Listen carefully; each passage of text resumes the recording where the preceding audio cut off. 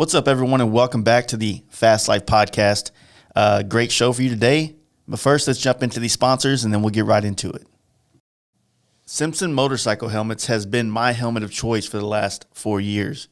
I personally dig the Ghost Bandit the most, but really leaning towards rocking the Mod Bandit for the next year of riding. Really not sure yet. We'll see how that goes. If you guys want to head on over to SimpsonMotorcycleHelmets.com, you can check out the models and finishes and visor options and see what fits you the best. And also, don't forget to give my guys a follow on Instagram at Simpson Motorcycle Helmets. Lexin is my go-to for not only my Bluetooth system, the FT4 Pro, on my helmets, but now my wireless charging solution on the road as well with their WPC QI wireless charger. This is a water-resistant wireless charger for the Ram Mount X Grip phone holder.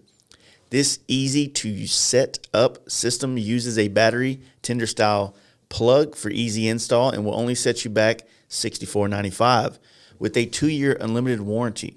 You can also grab yourself a Lexin WPC and Ram X mount for $110 at lexin-moto.com. And at checkout, drop the Fast Life offer code and save yourself 15% off. And don't forget to give my dudes Lexin a follow on Instagram at lexin-moto. Check them out. With my recent 131 crate engine install, my thundermax ECM was able to get me an extra 136 horsepower and 146 foot-pounds over the 124 and 131 projected HD numbers with their tuner. The computer is constantly tuning my bike to the elevation and weather conditions as I ride, which gives me the optimal performance all the time. I also run the thundermax fan for the M8 touring models. The oil cooler fan was a big help with my 114 and a must with the new 131 motor. thundermax has your EFI equipped Harley Davidsons covered, and you can check out all these products at shoptmax.com and use the offer code FASTLIFE at checkout, which saves you 10% off. And give these dudes a follow on Instagram at thundermax EFI. I recently switched all my lighting on my Road Glide to Electric Lighting Co. I'm a huge fan of the looks and the improved visibility I get from the shark tooth headlight, and I'm digging the 5-year warranty on the 15 different LED headlight options for your motorcycle. Their deluxe and premium LED turn signals offers 530 lumens of bright white running light, which are the brightest in the industry and have a lifetime warranty. And last but not least, the LED tail lamps come in a wide range of designs to add that finishing touch, and all products are plug and play. NAM's custom cycle products since 1999 have been offering American-made wiring products for all things V-twin, and Badlands for over 30 years has been offering the most reliable and dependable lighting modules in the USA, backed by a lifetime warranty. Find out more about these great companies at namscustomcycleproducts.com, and you can drop in the FL2020 offer code, which gives you free shipping on all orders over $100. Check them out, guys. John Jessup's Team Dream Rides out of Stockton, California is a one-stop shop for you to have your motorcycle customized, maintained, repaired, and upgraded with in-house dyno tuning and parts and accessories. Also, check out teamdreamrides.com online store to see the full array of products for your bike and you as a rider. And if you're short on cash, you can take advantage of the 100 days same-as-cash financing on all products on teamdreamrides.com. All you need is a job and a bank account. And while you're at it, give John and the team a follow at DreamRidesJohn on Instagram. Paint Huffer Metal Flake has been with our podcast since day one, and I've been using their flakes and pearls in my paint work for over 4 years now. And you can get started down this custom paint path as well with many must-have items for the custom paint process. Head on over to painthuffer.com and you can save yourself some coin by using FASTLIFE21 offer code. And last but not least, you can get some inspiration by checking out all the amazing paint work created with Paint Huffer products at Paint Huffer Metal Flake on Instagram.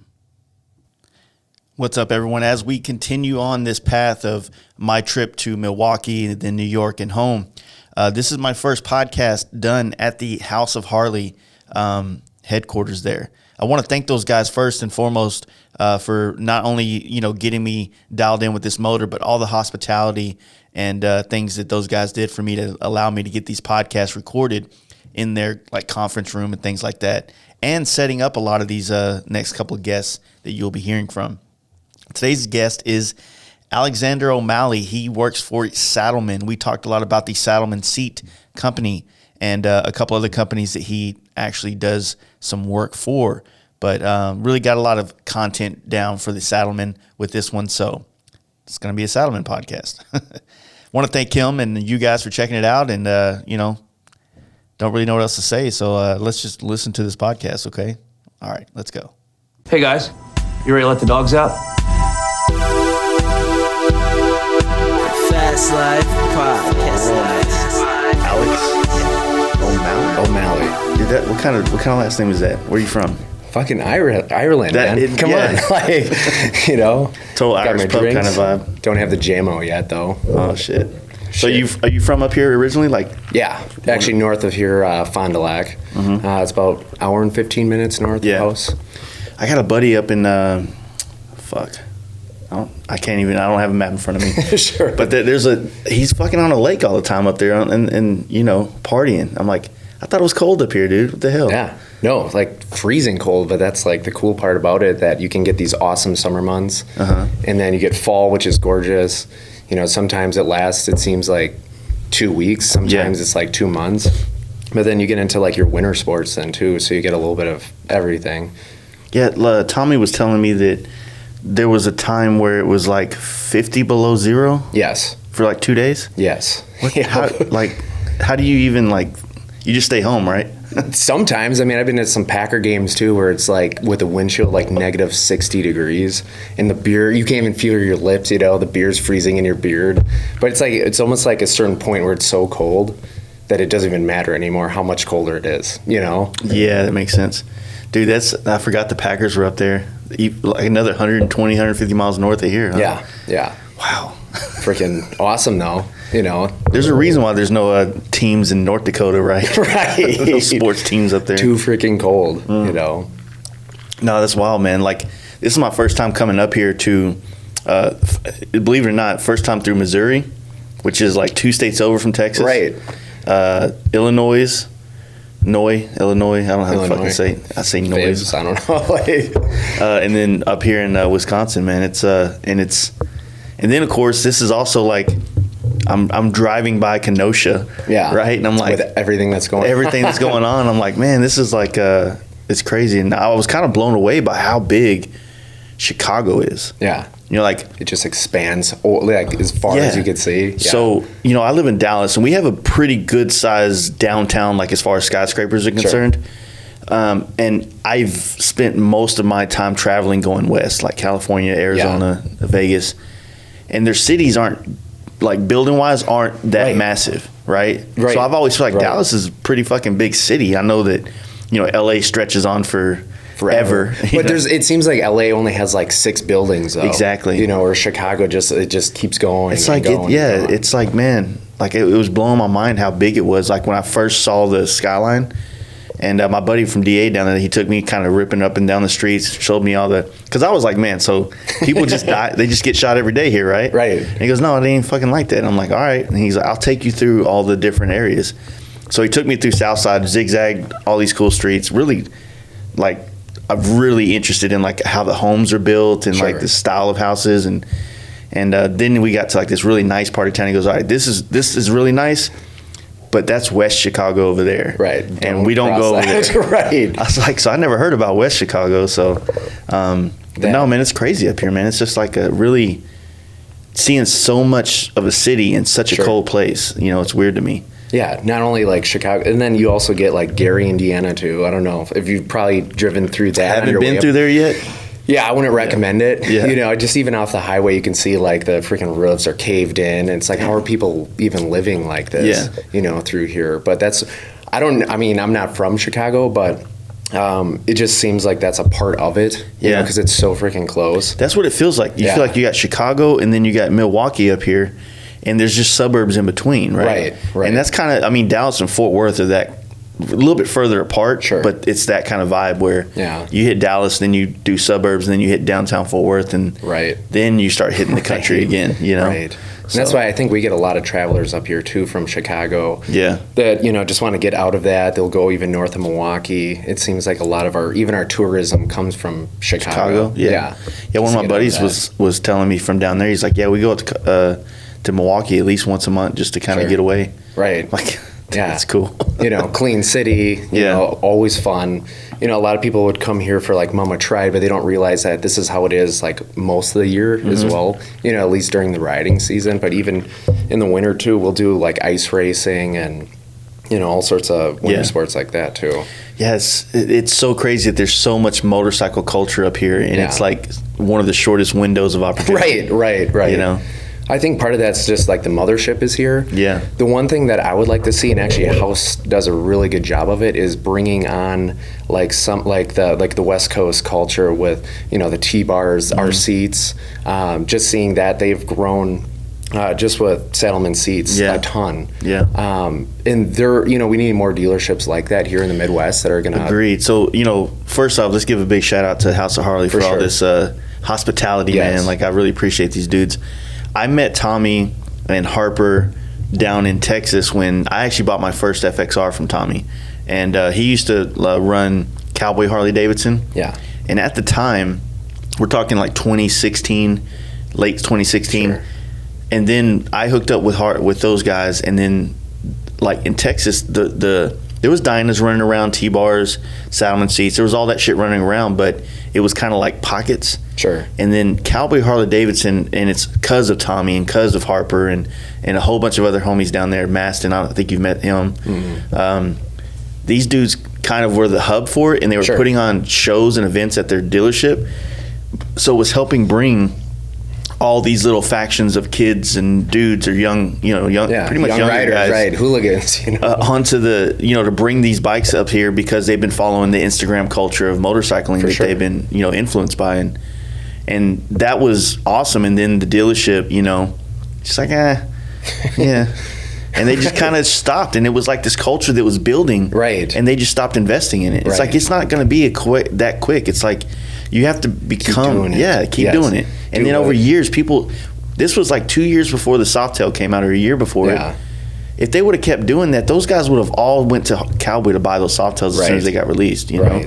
So I don't know. Just keep that vibe going. Yeah, absolutely. But yeah, I mean, even like our custom seats, we distribute through Drake Specialties. Yeah. That used to be a direct process, but because of House of Harley, we partnered up with them just to get this idea of how can we work with our distributor and getting custom seats. And now these guys, we just had the Milwaukee Rally a couple weeks ago. Yeah. And I don't know the total number yet, but we did a ton of custom seats. And you go to other dealerships here in Wisconsin, and they don't necessarily even know the product exists. A lot of times I walk into these dealerships and they don't even know we make seats. They think it's just a luggage company, which is just blows my mind. I'm like, we're known for our seats. How do you not know about this? It is it sucks, man. And I made that comment. We were all saying, I don't think you walked up yet, but I was talking to, I don't know if it was the owner, but just people that obviously have high jobs here. Sure. And that was the deal. It's like, man, if you guys want to future proof your shit, you need to start thinking outside the box and start thinking maybe this 25-year-old can't afford the Road Glide or the CVO, but you know what? Let me get it in on the bike he can, hopefully a Softail or something like that, and build that relationship, build that customer base. Yeah. Even the Sportsters, there's a few things that I don't like about some dealerships that they think of new riders or female riders have to get on Sportsters. Or say that it's a girl's bike. I want to say it was about a year ago, we partnered up with Sporty Mob on Instagram, and they've just blown up. And it's cool to see an Instagram page like that, and they showcase female riders, and then they also obviously run a lot of our seats, but it's just, they're just blowing that up that hey, Sportsters are cool. You don't have to have a Dyna or an FXR or a performance bagger to be cool these Sporties. Dude, I got my first bike was a Sportster. As far as Harley. Yeah, same here. And I had a little Nightster, it was a 07. And no, those bikes are fun, man. I had 2 2 iterations of that bike. Sure. The first one was forward controls, ape hangers. Same here. And then Roland Sands came out with like clip-ons. Yes. And then I went and found the mid controls I took off originally and put those back on. Yep. And I had this like tracker kind of vibe. Sure. And it was fun. But I mean, I wasn't trying to travel on this bike. I was just running around Dallas, But yeah, the Sportster crowd is good, but at the same time, man, like with the new Softails, the entry level, what is it, the Street Bob? Street Bob or the standard. The standard now. Dude, you can get that thing so cheap, man. Right. Almost and it's the cost of a sporty, Yeah, it's a 107. It's a small bike, Yeah. So, I don't know, man. But yeah, like I said, the Saddleman thing, what I like that you guys did, and you did it a couple years ago, the main thing that people want to know is like, how does it feel to sit on these seats, right? Yes.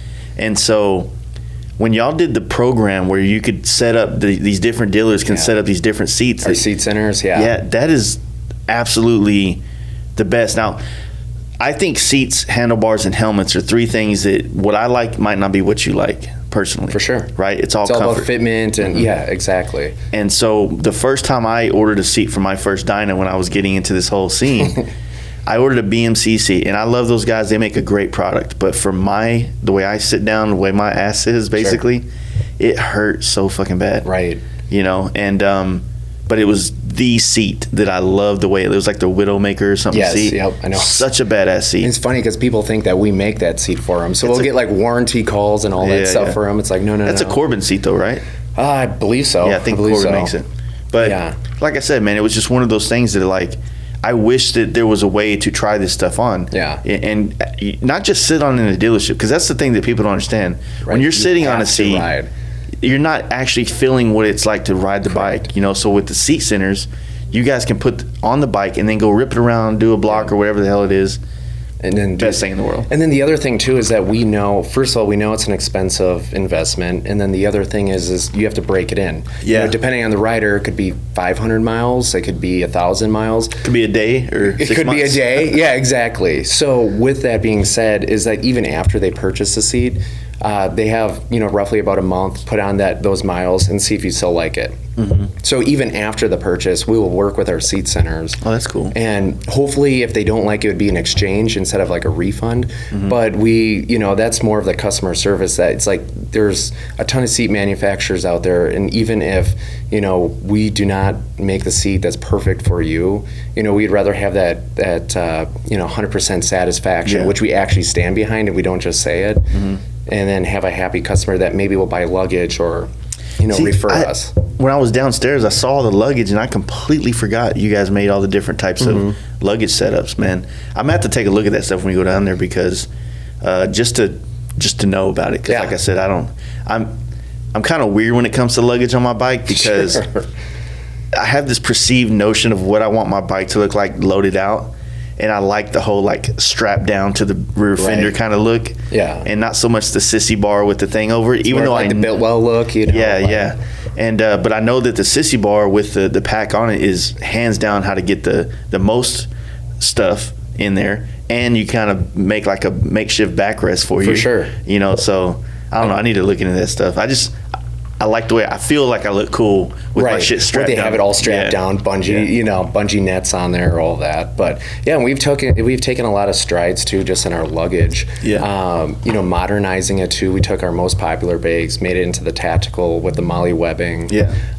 Comes with the rain cover, and then we also back that stuff up too. I can't stress enough of like from when I was at the dealership to when I started working at Saddleman, I was amazed at how, a 7-year-old Saddleman bag, the zipper broke. It's like, okay, we'll just send you, a new zipper or a buckle to fix that. So it's like, we're definitely behind riders that have supported us in the past as well.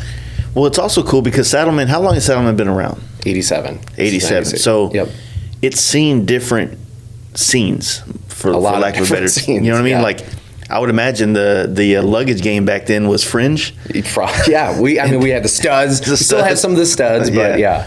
So it's good to see when people, or companies, for a better term, is they see the times are changing and they change with it. Even like branding logos and stuff. You know what I mean? Yeah, we had to do that too. Yeah, we all have to. You know what I mean? Like if this was like 2005, like we'd all have like a Slipknot style logo and shit with the affliction going on. And we shit. had like the baseball logo. Yeah, I kind of like wish we'd bring that back sometimes, but it seems like the retro stuff's coming back. But yeah, we had that, and then we now have it like what I have on my shirt here. It's way cleaner though. It's like just a modern, It's just clean. I need to do some logo shit myself on my stuff. So, but no, that's the other thing, man. Like I said, I see companies that do embrace those things, and I see some that struggle to make that reinvestment.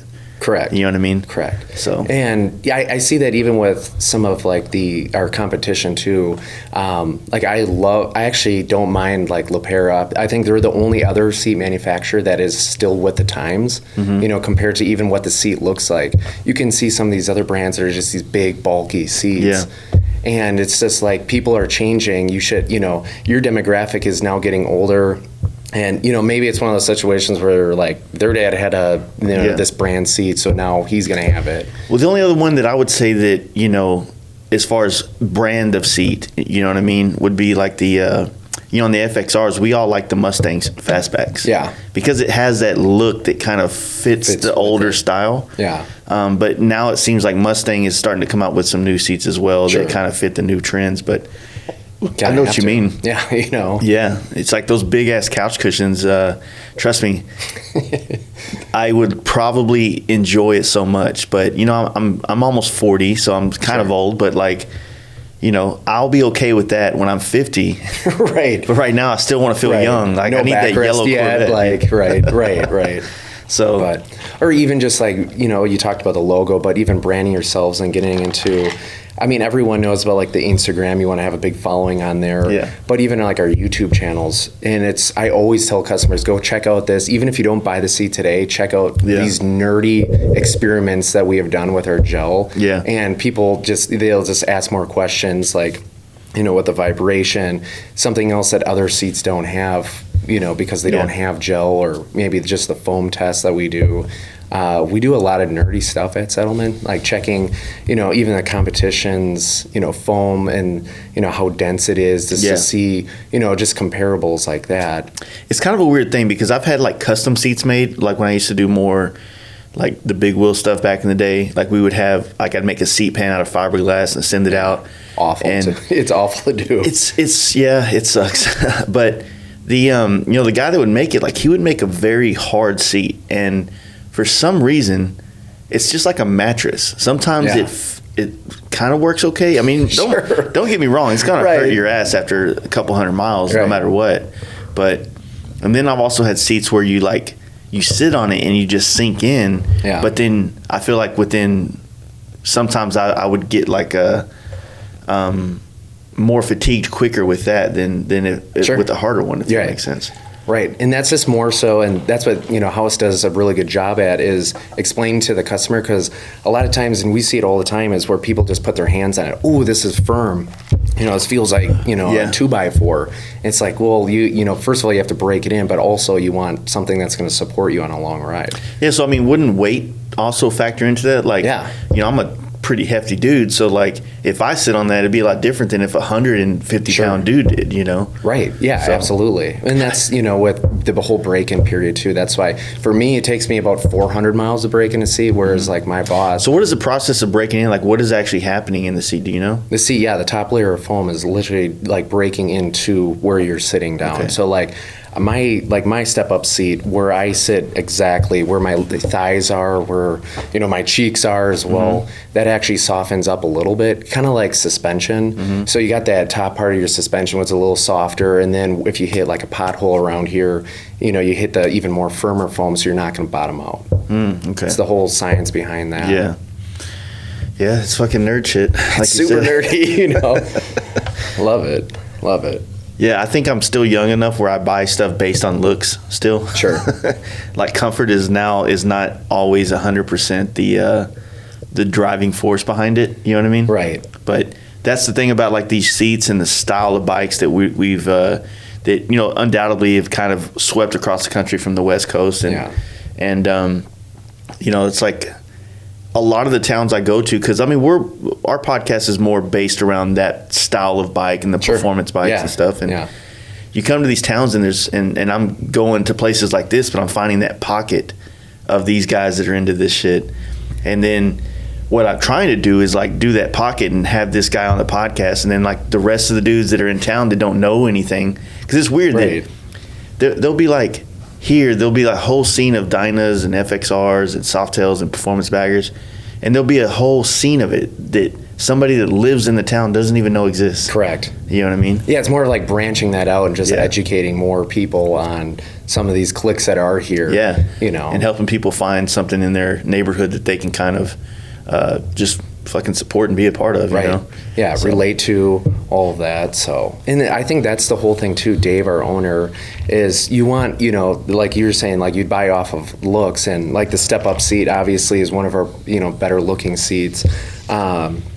But it's more too about performance of the seat, which I think for a long time seat manufacturers haven't even taken a look at, in terms of, you have this awesome solo seat, but for a long haul, you know, what is this going to do for you? Yeah.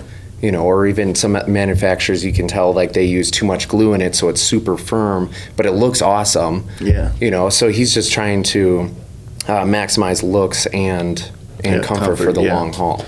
Well, the step-up seat is, you know, kind of like a multi-purpose seat. So you got the ability to have your feet on it, right, for a wheelie, stand on it, which is probably not condoned from the. It's funny how many warranties we'll get for that. It's like, all right. But then you also have the more of the support. So when you are on a fast Harley, it does kind of lock you in place, and you're not sliding around on it. You know what I mean? That's. And then the other thing is, like, you know, the back portion is still thick enough to where, like, if you got your old lady on the back, it's not like a miserable thing. Right. I know gel back there too, you know. So, you know, some seats have like that. So they'll have that. I guess I'm thinking for sure. I just said it earlier, the Mustang fastback. Yep. So the tail part where my wife would sit is at an angle, right? Right.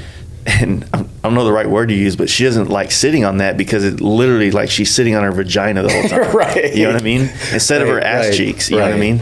So she never liked riding on. I had that on a Dyna for a while just because I wanted a different look. And yeah, she hated that seat. Yeah. And I mean, it's like what people complain about, like stock, you know, Street Glide and Road Glide seats too. It kind of tapers off. You're right. Yeah, you're right. You know, so it's. I mean, I've had some people saying like it pinches me, like it pinches my ass into the sissy bar. Yeah. You know, so you need something flat back there too. Well, the other thing that I like that Saddleman came out with, because you have the more aggressive one for the baggers. Correct. And then you have the one that's a little bit almost like a saddle-like. Yes. But it still has the edginess that I think I would like from us. So I was even, you know, I'm a Lucky Days guy, you know, which is, you know. Which is us. Yeah. And, you know, Dave has always been a great friend of mine, and I love his seats. I love y'all seats. But same thing, like I've had a lot of friends that would, you know, go with the Saddleman stuff because of the seat centers, and they would go and be able to sit in there and take their wife up there and see if she likes it. And that's the big thing, is getting the wife to sit on there too. Like the road sofa. Number one selling seat for us.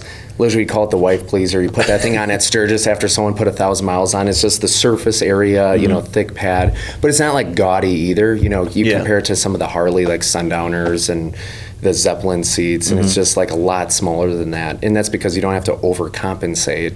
Yeah. You know, because of our foam being more firm. Whereas like Harley's is that open cell foam, so just like it's like a pillow. So the other thing that you guys do there with is the custom seats. How does that process work? Yeah, so literally someone could come right to one of our seat centers and say they want to, you know, step up with red stitching. It's as simple as just going right to your seat center and telling them, hey, I want this seat with the red stitching on there. And then they order it up. That goes, you know, through Drake Specialties. But yeah, we'll build the seat and it actually gets shipped right to the dealership, and then they can come pick it up. So just like ordering right out of the catalog. Yeah. You know, and the nice thing too is that there's no extra charge either to do the custom stitching. Do y'all just do the stitching, or do y'all also offer a couple of different materials? Yeah, I mean, like right on like the sheet of paper that we made for Drag, it's got like 4 options. But I mean, so I've had people that do, you know, all white seats with, you know, whatever. We can even do custom embroidery on it. Yeah, like the joke last year when we were here is a lady did Lady Boner on her freaking Sportster seat. I'm like, Dave, can we do this? He's like, fuck yeah, let's go for it. Yeah. You know, That's awesome. he doesn't care. But yeah, it's as simple as that. If someone wants a custom seat with different materials, different stitching, just go right to your seat center. Support, your parts guys too that are, ordering that stuff. And That's a good thing because it's also got to be, especially in this day and age. And, I guess there's new tax laws now for us all on the internet game. yeah. So it's like, it's really fine. Like companies finding a way to involve their dealers more hands-on with their products like that is it's got to be an investment on one end, but it helps kind of support the brick and mortar in a sense. And that's our goal. Yeah. Because there's, for road reps for Saddleman, there's myself and one other guy. And, that's 2 versus you have a whole part staff here. And that's, House is one of 300 some seat center dealers that we have. So if you have all those guys trained, and we do support for our seat centers too. And then we just make it easier too. So if they have something because Harley, it's all about like your slow and non-moving inventory. If it's not moving fast enough, you got to discount it. We're like, no, don't need to discount it. Send it back to us. We'll get you something that's a top seller. Yeah. And then you can move it fast. Yeah, because it might not be like we said, the area might be more like they might need the road sofas more than they need the step up. Correct. So, Correct. Yeah, that makes sense. Yeah, simple as that, and just working with these guys. And we have a good support team, and we're actually building onto that just because, like we were talking about earlier, this, like the whole COVID thing, it's just blowing sales out of the water. So it's like we have to invest more and more into more people and into our factory too. But isn't it like that whole concept is just mind blowing? It's like backwards. It's backwards. It's like, you think scale back because of the uncertainty behind the COVID shit. But then everything's scaling forward. But then you're like, man, I don't know if I want to hire 10 more people in a pandemic. Right. You know what I mean? Right. And so it's kind of, it's got to be a weird place for businesses. And then you got even Harley, man, like stopping production on so many things. And there's like a limited supply of products out there for like repairs. Right. And man, it's crazy. Yeah. I mean, it's helped out the aftermarket world for sure with Harley doing that. So obviously we don't care. But at that same token, I mean, I've talked to Marshall, over the phone during this whole pandemic, and we're all like, God, hopefully we can keep our jobs, stay busy. We've all managed to stay even more busy than what we were before this whole pandemic happened. I mean, it's just insane, our numbers too. We're, selling out a drag right at the warehouse. We're pumping out now more than 1,000 seats per week. And that's one thing crazy numbers. It's crazy. Yeah. It's crazy. And one thing I appreciate about working at Saddleman and like Dave, our owner, is that instead of, you hear about some of these other companies that are doing well and maybe not expanding on that, instead of pocketing that, he's throwing money into the factory, expanding that. I don't know if we're maxed out yet, but I mean, I'm seeing these huge cutting tables come in there, like semis full of stuff, and paying the employees a little bit more just because we're all working harder. It's just amazing to see like a company do that instead of just pocketing it. You see that sometimes at dealerships or definitely. Yeah, adding more people. We bought a new office in Ohio for more customer service and seat center support. So that's good. Just growing that even more. What's it like driving around and having to walk in the shops, especially ones that don't really click with the vibe that we got going on? Like, what's that whole experience like? Just like, hey, I'm the Saddleman guy. Right. I'm like a pretty easygoing dude. So it's like sometimes you'll see like a Mustang seat center in there. It's like, yeah, this is going to be a good conversation. It's just more about like, I want to educate you, see if you can, if you are maybe interested in having both. So maybe you have even more options for your customer. But I mean, there's a few times where I get into it and people are just reaming me out like, oh, your seats are awful. And I'm like, obviously it's not if our numbers are growing as much as they are, but you can't say that kind of stuff to them. But it just makes for an awkward situation. You almost just want to like give them your business card and be like, hey, if you need anything, just let me know. Go on to the next dealership.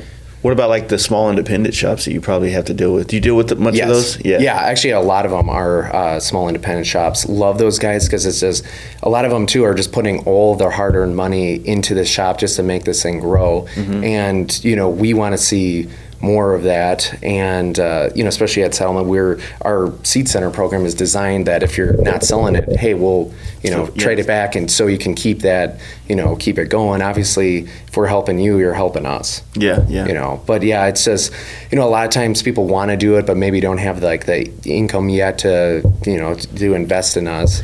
Shit, I mean, I've been in the motorcycle world a while, and when that was a slurred word. I've been in the motorcycle world a while, and back in the day when I used to deal with drag and I had a full-blown shop, it's like, if we were short on cash, I'd be like, hey, man, I reach out to all my friends, like, look, anybody want some Saddleman seats right now? Because we're trying to get this buy-in right quick. Right. Yeah, I mean? It's like 6 seats, so it's like find 6 friends, let's do this. Let's make it happen. That way you can get that seat center in there and make some stuff happen. Right. So there's ways. There's always ways. Hustlers are going to hustle, man. That's right, for sure. I love going to those independent shops and just helping them out. And, even the dealerships too, because I came from, I was working a parts counter too before I got to Saddleman. So that's why I'm huge into, hey, push these guys, people call into Saddleman direct. Yeah. It's like, hey, we go on our seat center map, or like go to, where do you live? Go to that seat center. See if they have it in stock. Right now it's kind of hard because we're just, obviously running out of stuff at our distributor, but at the same time just pushing and supporting, because I used to be one of those guys making commission off those sales, so just helping, these guys, and then they're loyal, What do you feel like in the dealership settings? Do you feel like the parts guys have more of a, Red Bull burps. Do you think the parts guys have more of a way to sway the guys in the direction of like finding out, kind of, for lack of a better term, stereotyping them and figuring out what's probably going to fit their narrative the best? Yeah, and it's hard because so many times, and when I first started off behind the parts counter, like I had this look that I loved, and you almost want to push that onto other people. I'm totally that, for sure. And then so it's like taking a step back. It's like, okay, if you're doing a long distance 2-up riding, don't freaking push a step up seat. And you're in your 50, 60 years old, your customer is, So it was like a big learning curve with that, but they definitely have an influence on there. But then I think online too, people are just getting more educated, on what they want, so they come up to the counter. But for me, there's, a few brands that I would never work with in terms of that. So like, because I was a parts manager, it's like, God, I had a lot of warranties on this. If a customer came in, hey, I want this product, I'll order it for you, but I'm telling you this won't last, so like that is more of a better influence, I think, than, just trying to sell something. Salesman. Correct. Yeah, exactly. Makes sense. Yeah, I would think so. And it's weird because like, even, the motorcycle parts industry, aftermarket wise, there's so many it's so like the scale of size of companies. Correct. From like a Vance and Hines down to a bare knuckle Paul, you know what I mean? Sure. And it seems like I'm trying to figure out how to word this, but like some companies like seem like they invest in so much knowledge of like, okay, if I'm getting a lot of returns from our products, then they kind of talk to those dealers and to the parts guys and like, okay, so what are we having issues? What's happening? Sure. What do you think they're doing anything wrong on the bike that's causing, you know what I mean? Right. That way they can kind of make their products better. And some of them just act like, fuck you. Like, we know what we're doing. Yeah. Like, No, and I've never had a problem, Right. And that's why, even I don't look at warranties as being negative, because it is information. Yeah. So it's like, if you don't say that there's something wrong with a product, then we will keep on making it like that. Yeah. And then more and more people would be, have that same situation. One thing I'm kind of dealing with, because like on my Road Glide now, I'm here getting this motor done, and I've got 40,000 miles on it. Basically, I'm at 39,300 right now. It's 2 years old in 2 weeks. Right. So counting the miles up. Yeah. And so like it's really opened my eyes to certain products that I've had on this thing for 10, 15, even some parts like 35,000 miles. Yeah. And no issues. Yeah. Because then there's other like exhaust companies and stuff. Like not a huge fan of the numbers that I get out of my Two Brothers exhaust. Sure. But for 36,000 miles, I haven't had one thing break on it. Right. And sometimes that's bigger. That's a bigger thing. Yeah, and it's like, man, I can't really, it's a good trade-off, you know? Yeah. Not having exhaust brackets breaking, not having, you know, it's a stainless pipe too, which the stainless pipes are more known to, with the heating and cooling, to get brittle and break. So, you know, and then I've had the seat for a long time, no issues. I've really had no issues with anything on my bike. Even the mid controls that are kind of janky, they still have held up for at least 25,000 miles, you know? Right. So, yeah, it's like finding, and then, but there is that other thing that, some of these products are, you know, if you're putting that many miles on it that quickly, they could break, you know what I mean, and could wear out and shit like that. So I found the same stuff because I always joke around that I'm like a terrible rider. I like to go straight, but I do some stupid stuff. I need really durable products, and like getting with like RWD, their engine guards. I mean, I went down first day of working at Saddleman, I went down to like 70 miles an hour on the freaking highway.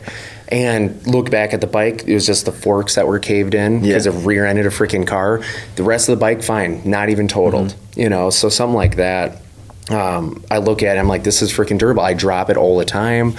These crash guards freaking save the whole bike. Same with the handlebars too. I think, you know, most people know here that I'm not a crash bar guy, but I've always thought it's super funny when basically Harley finally had a younger market, a younger demographic, and they all have to have these crash bars. Right.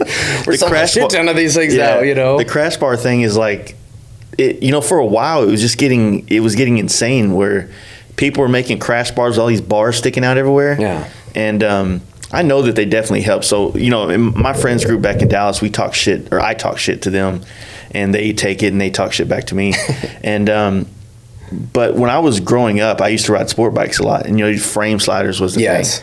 Well, the thing is, the frame sliders are good to have if you just drop it. Yeah. But if you go down fast, right, it's like breaking freaking tabs off your frame. It's bending frames and things like that. So, I get it's kind of like it's like it's weighing out. Like it's good for the low ones, but you could total the bike a lot easier. Correct. With the higher ones. And that's what I thought too, like having that the RWD one, like, oh man, my frame's gonna be twisted because this thing's just like solid, it's heavy, but I'm like, my whole frame's gonna be twisted, and we like checked it out. No, everything's good. It's like you want it to be stout so that if it falls over, that it saves it, but give that way if you go down and you like wash out. Right, it's not gonna twist the whole. Did it kind of like just almost it's almost like a car with a unibody, how it's designed to crumple away from the driver and the passengers and stuff. So the other thing about RWD, and you're a rep for them as well, right?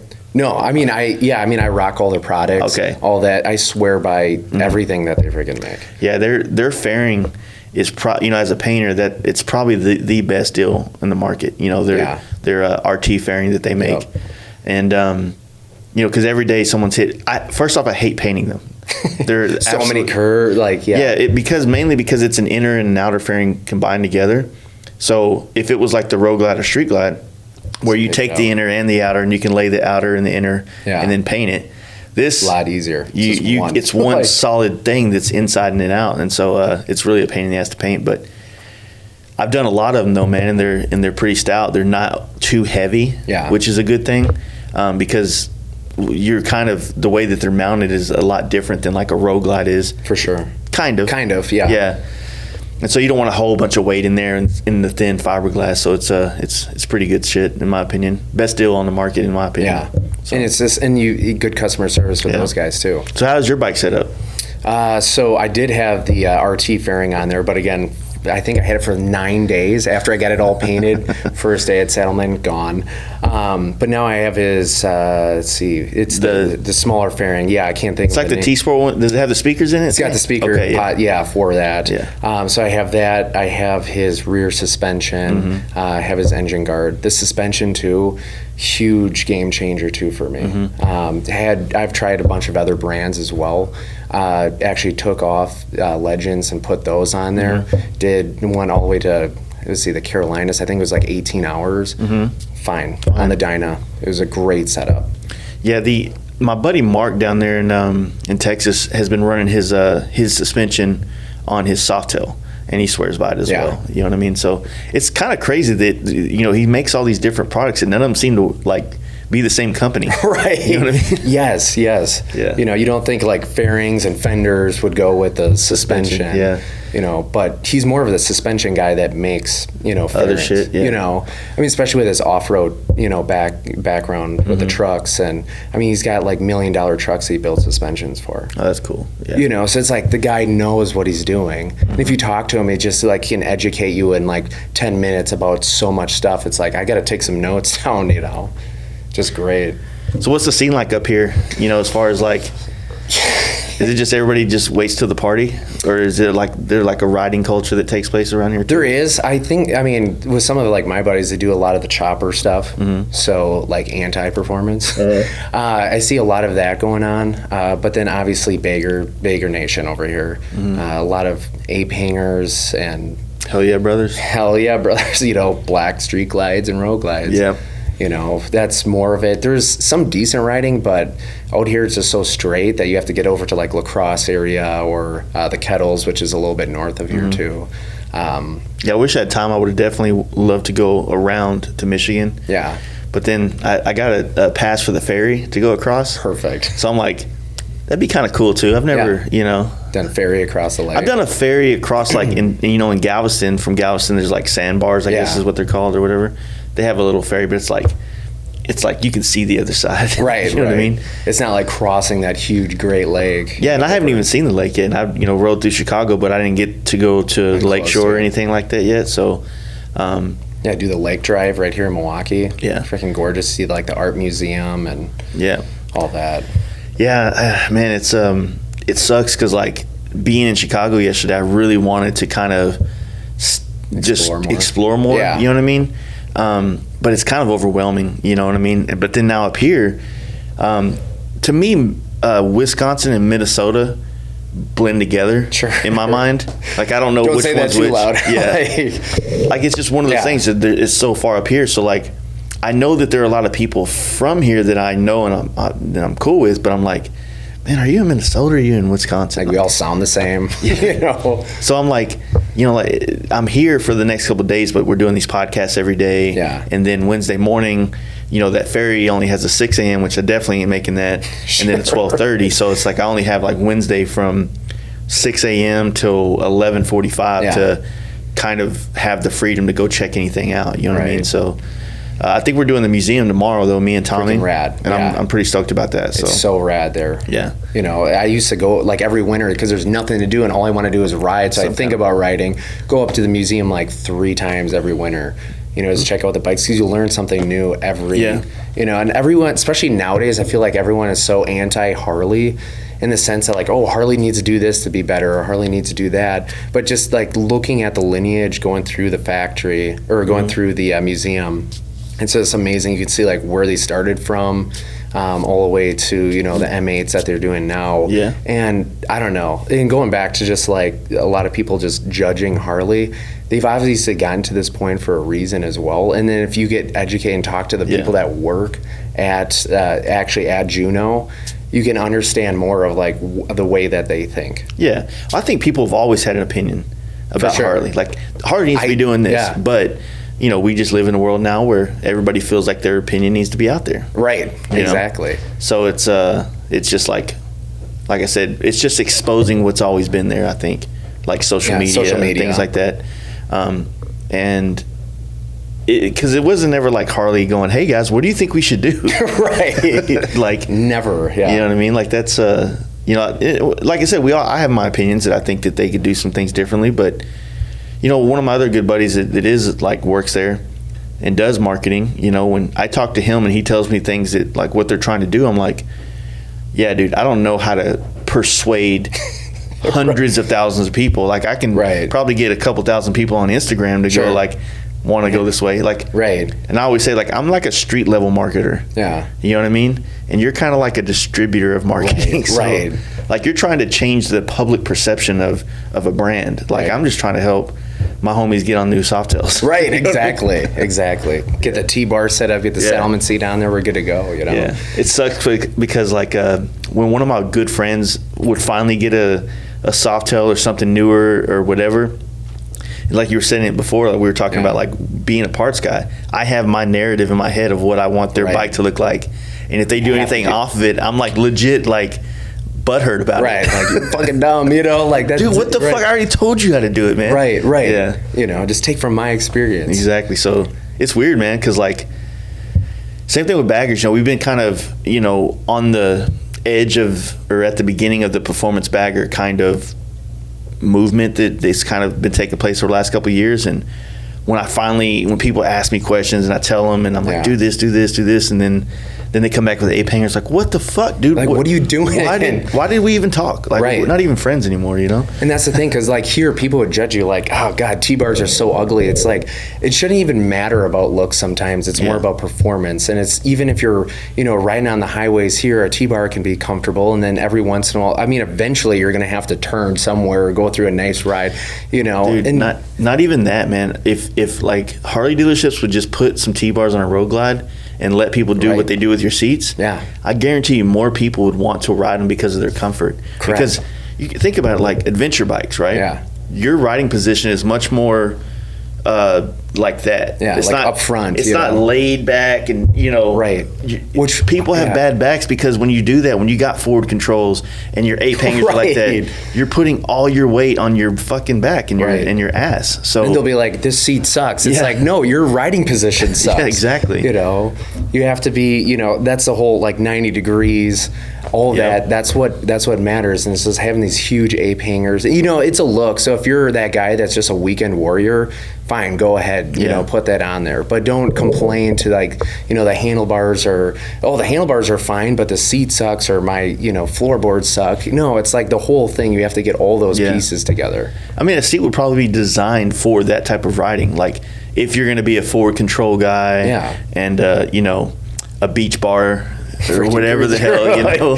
Right. There's probably a seat that's going to make that kit work well versus, you know, I think what's good about what Saddleman's done is like they've created seats that fit our position, whether we're rocking Dyna mid controls or, you know, baggers have like the floorboards, but, you know, a lot of us are going mid controls, and a lot of people are starting to make shorter controls. That way the brake is closer, the shifting is closer, so it's almost like a forward mid almost. Correct. You know what I mean? So you still get that 90 degree kind of going. And I was actually just thinking yesterday, I was riding through the Smokies and just like looking at my style, because I have an XR 1200 as well. Nice. And I love sitting back. Like I love my feet being, and I'm a taller dude. The rear set, they got rear sets? Yeah, the rear set. So it's like even on my Dyna, it's, you know, the standard controls, but my step up brings me, you know, a little bit more forward onto the tank so that my legs are sitting behind me. Yeah. And even on a longer ride, I end up putting the passenger pegs down, freaking putting my feet back there instead of putting my feet off. I do the same thing, man. Like on the way up here, it's like,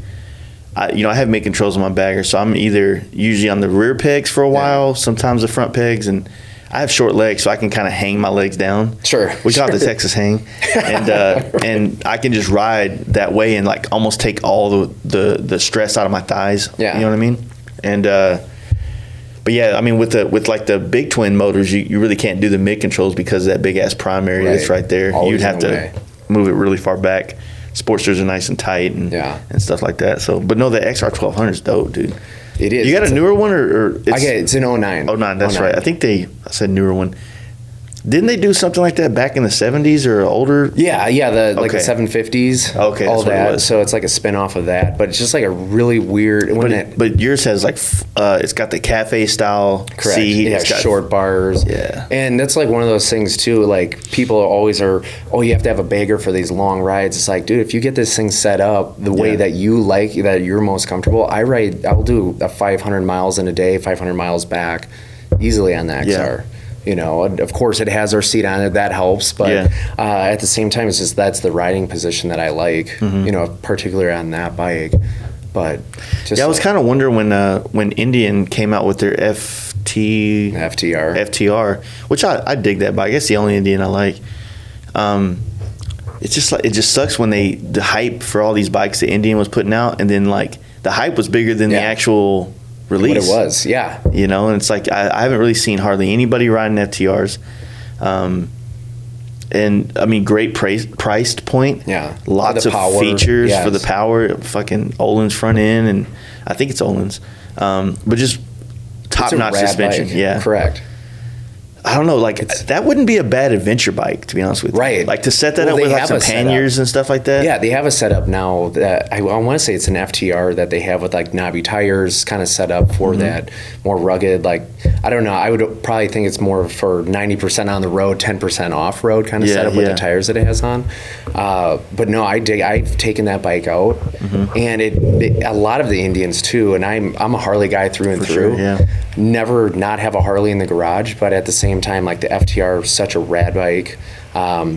We got to try it out when we made a seat for that. We've had guys come up to us at Black Hills and Sturgis like, hey, this is my FTR. Like, I talked to you on Instagram, look at the seat on there. And you're just looking at this bike, and it's like everything about it is gorgeous. Like, Indian did a great job on it, and the performance of it as well. And yes. A lot of my listeners know that so some of my friends were trolling me really hard when the Challenger came out. Yeah. Because they know I'm passionate about this shit, so I start talking shit real quick. I'm not a huge fan of the Challenger for lots of reasons that everybody here has heard more than enough. But the other night I was staying with my buddy Kyle in St. Louis, and he was telling me, and I feel like he was trolling me too, though. He was like, yeah, I think I'm going to do the Indian, man. And, you know, power, suspension, all those things like that. And I know that you guys had a Saddleman seat right when it fucking dropped. Yeah. I think y'all had one on Kerry Hart and Big B's bike. Yep. So absolutely. So that's the first time I saw the Indian, because right when that dropped, those two Indians were right there at pretty much SEMA. Yeah. Because they were at my buddy Sean's shop, and I got a really cool picture of me standing behind it with my thumbs down. No, like screw you, Indian. And then the crazy thing is I posted it, and like the internet was just going crazy, you know, comments out the ass. And then the next night I'm sitting there with Big B at this little like mini truck kind of party. And I'd never met him before, but I think he recognized me, and he was just kind of staring at me a lot. And so I went over there and talked to him, and he ended up being cool as shit. But I was like, you know what? The funny thing is that like what he said to me is like, well, you know, I get a nice check to ride that bike, so sure. And that's kind of what the deal was with those bikes, and that's why a lot of other people were chasing that bike, in my opinion, because they knew Indian had a little bit of money back in it, and hey, you pay me to ride a bike, I'll get on it. But I made a bold statement that I would not take a check to ride that bike.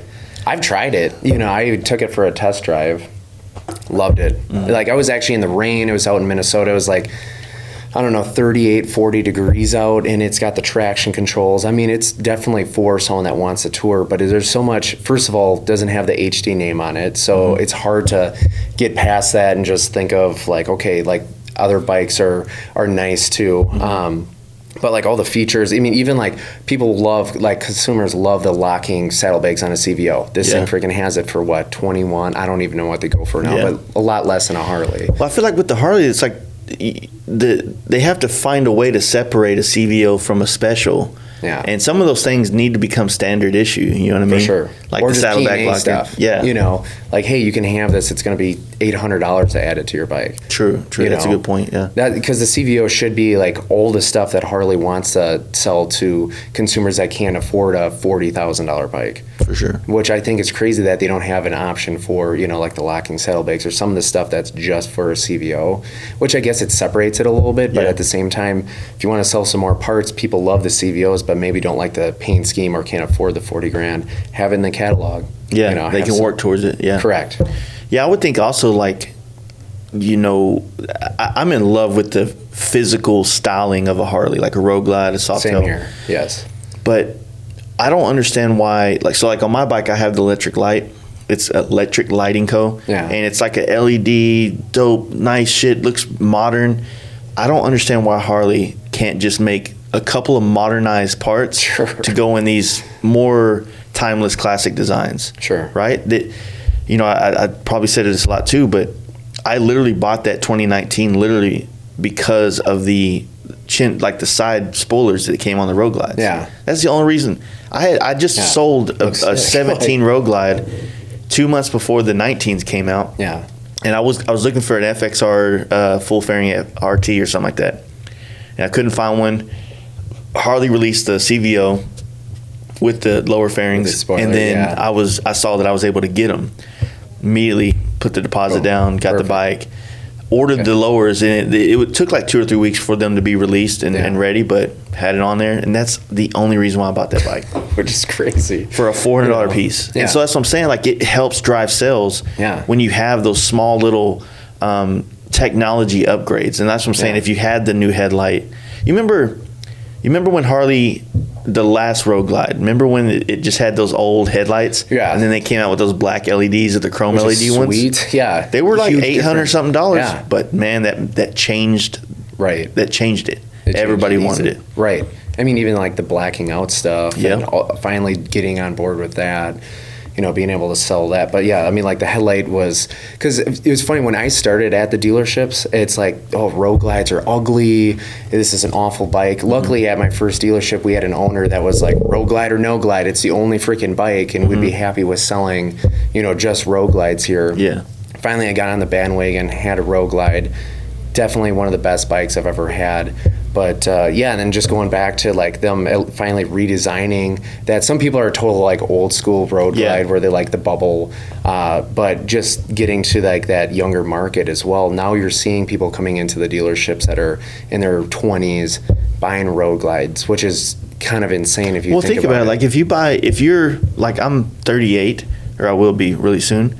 If I was to, I'm at a point in my life where I should be. I'm not, but I should be statistically. I should be, a house owner and have a nice Tahoe, brand new one, things like that. And there's technology that comes with these new cars, especially at the price tags they are. And if you look at the price tags of Harleys, there should be some nice newer style headlights. There should be more of a interface in the computer system as far as like on the radio that you can do more stuff.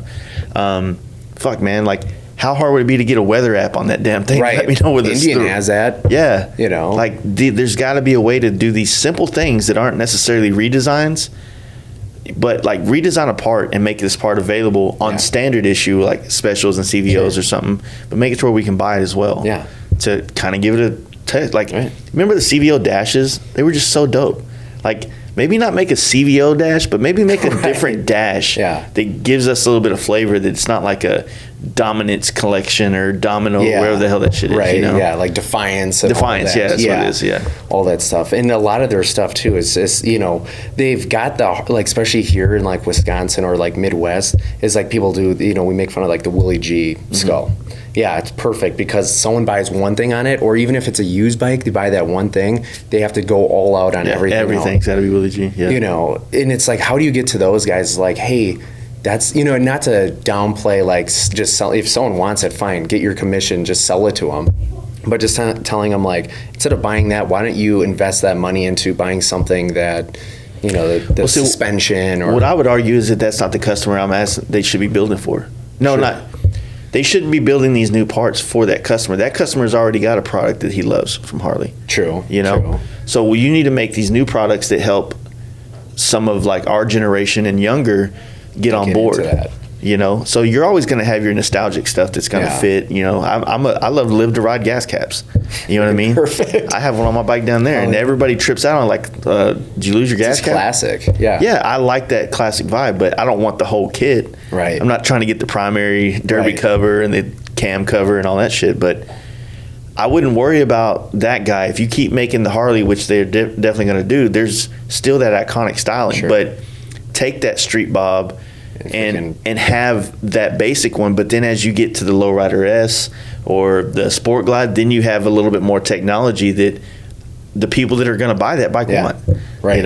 Right. People that can afford that right off the get-go versus like a new time bike buyer.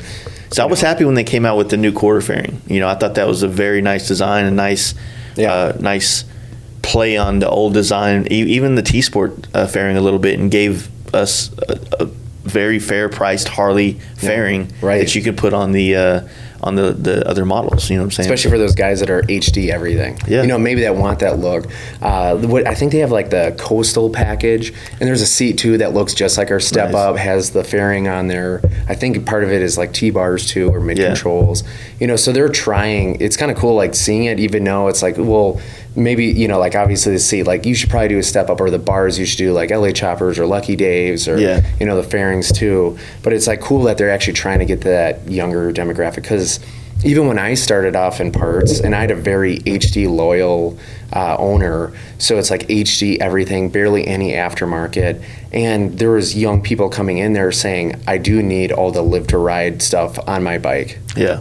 You know, so it's almost even coming down to... What year was it when you got into the dealership? 2011, 2012. So, yeah, I mean, like, there's so much learning that had to be done, like, with aftermarket, and luckily I've had people along the way that have kind of coached me. I had an awesome, parts manager and service manager at the time saying, hey, you don't even need to take your bike for service. We'll just tell you, show you how to do it. Yeah. These parts are what gets you performance. Because I remember before I got into the dealership, I had a Street Bob, and I look at that bike, I'm like, I fucked that bike up because I did the like 18-inch apes, Hell yeah. Vance and Hines short shots, forward controls, like same situation you're saying. I like look back at like my time hop and I see that bike from how many years ago. I'm like, man, that thing could have been so much cooler, but that's all I knew. Yeah, and that's the thing is like, when I try to think back, like, because I was on MySpace and Facebook, early days, like before Instagram came out, and I try to think back, it's like, I know that I was hustling on there trying to promote like my paint work and things like that, but I don't remember much of like being influenced by other bikers on it, like I became once Instagram came out. You know what I mean? Correct. I mean, I give Instagram so much credit because it inspired me to travel and do what I'm doing now. Yes. Because like when people started geotagging different parts of the country, I'm like, oh shit, I want to go see that. And then it becomes like a destination for me. But so these little towns, it's the same thing in Dallas. Like we've got a scene now, but 4 years ago when I first got into it, when you go to the dealership, everybody that's our age that technically would dress the way we dress and are into the type of shit might not have also been like big into social media. So their only influence is like the get back whips hanging off their shit, and the leather vests that cut all the way down to the belly button and shit. Like it's just a different style because they're riding a Harley, which they love the feeling and they love the camaraderie, but then they're hanging out with all these older club style guy, not club style like what we're talking about, Midwest club style, right. Whole bunch of rings, rings. You got the, like you said, the get back whips, but it's more too about like just educating parts people in the dealerships, because I truly think most people will get their parts from a Harley dealership for sure. The majority of people do. I mean, and it's whether it's oil or seats, bars, just making sure that they know all the options before and again, you don't want to be an order taker at the parts counter either, but if someone's just like, I know what I want, okay, let you do your thing. But if someone's like generally just, I want to learn something, like what would you recommend? I love it when people would say, what do you recommend? Then it's like for the bars, it's, well, for your height, let's measure it out, see where it's comfortable for you. Do you need an inch pullback? Do you need straight risers? All that stuff. There's a parts guy that I used to deal with a lot at the dealership in Dallas, Longhorn Harley. His old motherfucker. This dude's old as shit. He kind of even has like a humpback. But he's a fucking biker, man. And he used to live close to me where I live, and I used to do a lot of stuff out of my garage, hence the Fast Life garage. And he used to stop by, and he used to write for like magazines back in the day. And he's working parts. He's just kind of old and kind of on his way to retirement. But he would come by and tell me all these fucking badass stories about just traveling on his bike and doing biker shit, and I as a Harley and motorcycle enthusiast, I love hearing those stories in the right place. You know what I mean? Like when, hanging out in the garage with a beer and just shutting the fuck up and letting this old man tell me how it was. Absolutely. That was dope. Wisdom that they have. And I appreciate those kind of things, but like he's also equally interested in the style of bikes that I'm painting and riding and promoting. And so it's like this really awesome thing to be able to hear him tell me all these like stories and things like that, but then him to be like, man, so why do y'all run it like this? And he's like, oh, that's smart. That's right. And he's like, he's the wise guy here. And then he also sees something new and he's just kind of, figuring it out. Yeah. No, that's freaking awesome. And I know plenty of customers too that have been like that, that, you know, they've rocked a certain way for a certain amount of time. You know, you just tell them like, hey, have confidence in me. You do it this way one time, you're going to do this on every single bike, you know, and then once you kind of coach them into why this is going to benefit you, you know, it's the features and benefits that Harley's always like coach you guys on. So it's like, once you teach them that aspect of why this is going to benefit you and your type of riding, usually is a game changer. What I've always thought is like, or I've said this a lot too, but like when we imagine like some dude decides, you know, I want to get a bike, you know, it looks interesting. Usually I think nowadays most people they would see something online or they would see a movie or Sons of Anarchy, you know, something like that, and that would inspire them to want to buy a bike like that style that they got seen, right? For sure. But, you know, there's still those people that are like, man, a bike sounds fun, but I don't know which one's the one for me. You know what I mean? Yes. And so, like you were saying earlier, the Sportster pushing that narrative sometimes would suck whenever this dude probably could start off in a Softail lowrider or something like that.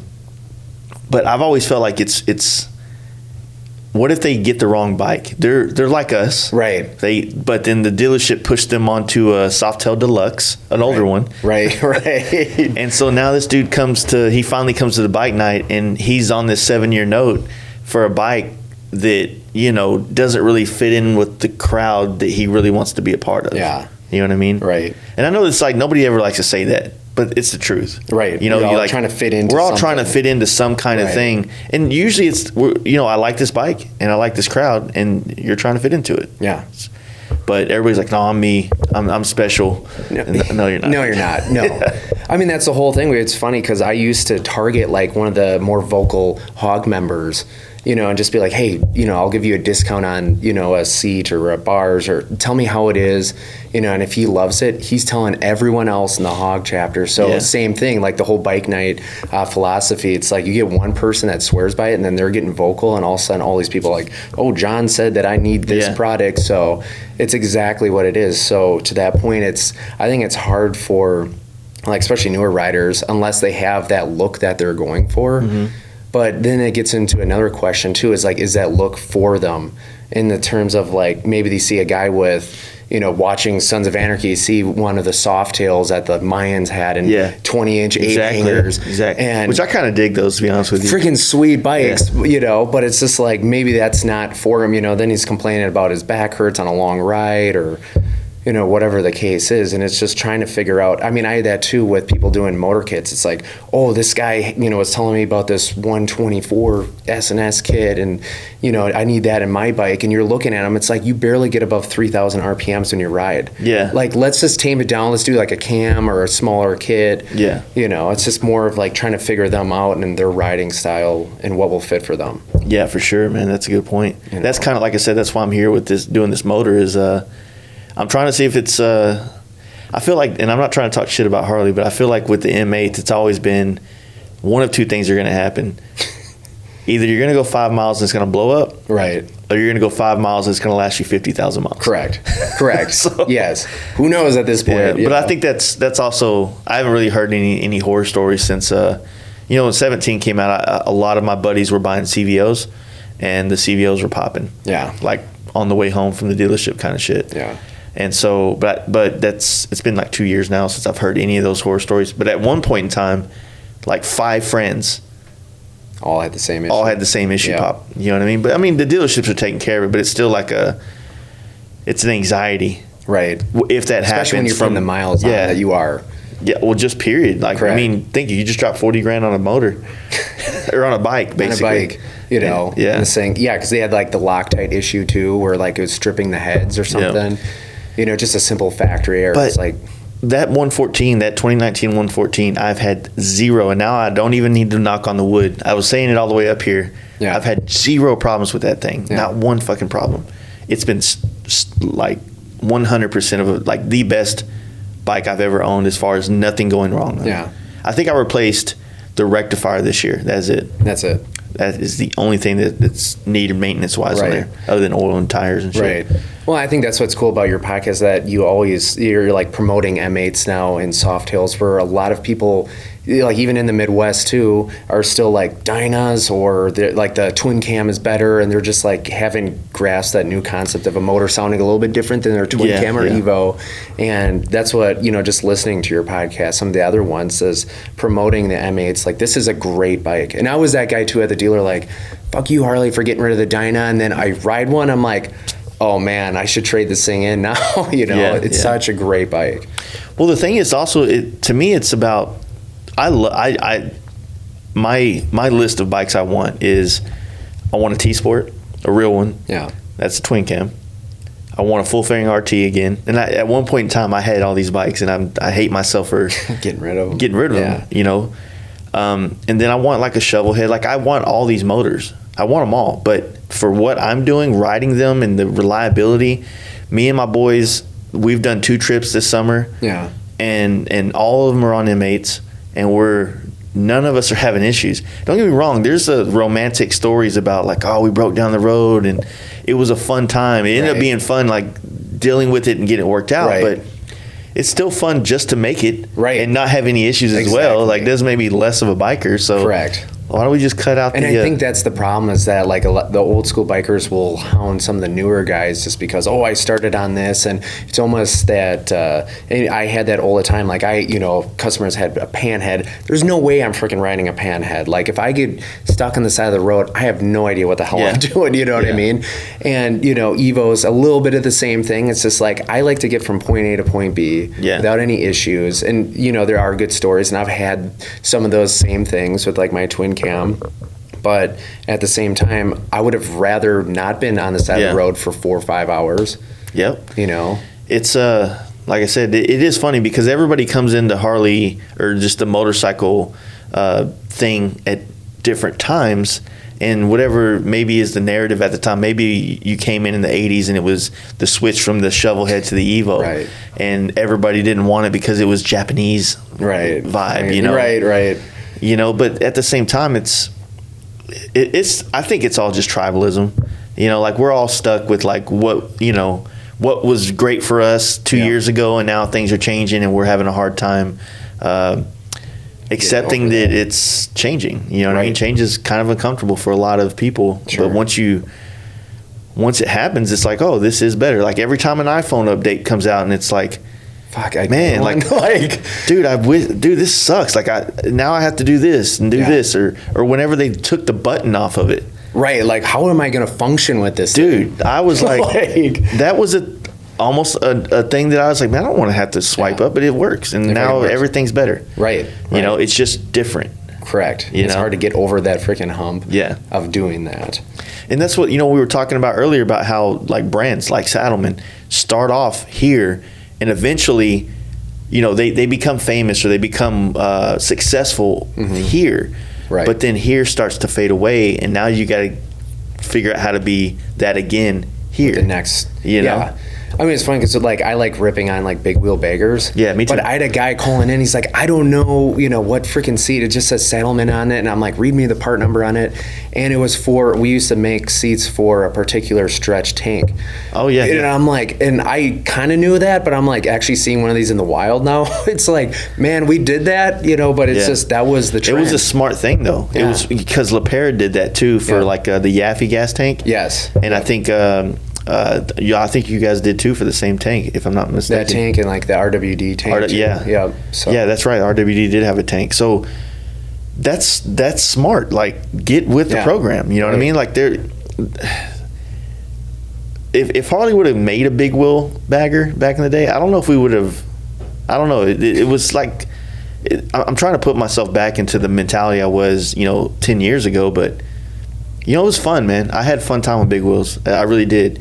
But I also never got to experience FXRs and Dynas before that, so I had nothing to compare it to. Sure. That was the trend, and again, the tribalism, So the way I tell people is like, man, those big wheels inspired me to get into Harleys. Yes. So that's what got me in. Harleys kept me in, though. Yeah. Like, as that trend kind of lost its luster with me, then I got to look back at all this catalog of bikes over the last 103 years, 110 years of badass motorcycles that I can go play with now. Yeah. That end up being way funner in the long run. Yeah. But at least the big wheel inspired me to get into the bike, it, and that's all it takes. Yeah, that's all it takes. So maybe the unknown industries or the club style bikes or Sons of Anarchy is what big wheels were for me for thousands and thousands of other people. You know what I mean? Yeah, and we all knock like Sons of Anarchy, but there's a lot of the younger generation that I think is like, this show is badass, and they think once they get on there, maybe they think they're going to be a patch member or something. Yeah. Who cares? At least if they have that look, they're coming in there buying Dynas, and then even progressing through that show when they started going through, the baggers. Getting more of the baggers and all of that. And that's why I don't knock it. Well, that's good. It was good for our industry, though, man. It was great for it. Yeah. And put it like this. I mean, when the Mayans came out, we all fucking watched it. Yeah. We all at least the first episode. I didn't watch all of it, but when we have those motorcycle culture based shows, we're gonna dig it. Like, another thing that was a big influence on me was that 21 Days Under the Sky. Yeah. That documentary that Josh Kirpius, who's running around town, was a part of. Like, that shit. Literally, I've told the story again. I'm sorry, everybody, but. I was riding home from California on a big wheel bagger, doing exactly what those dudes were doing in that show, and I showed up at home. My wife is still at work till 6.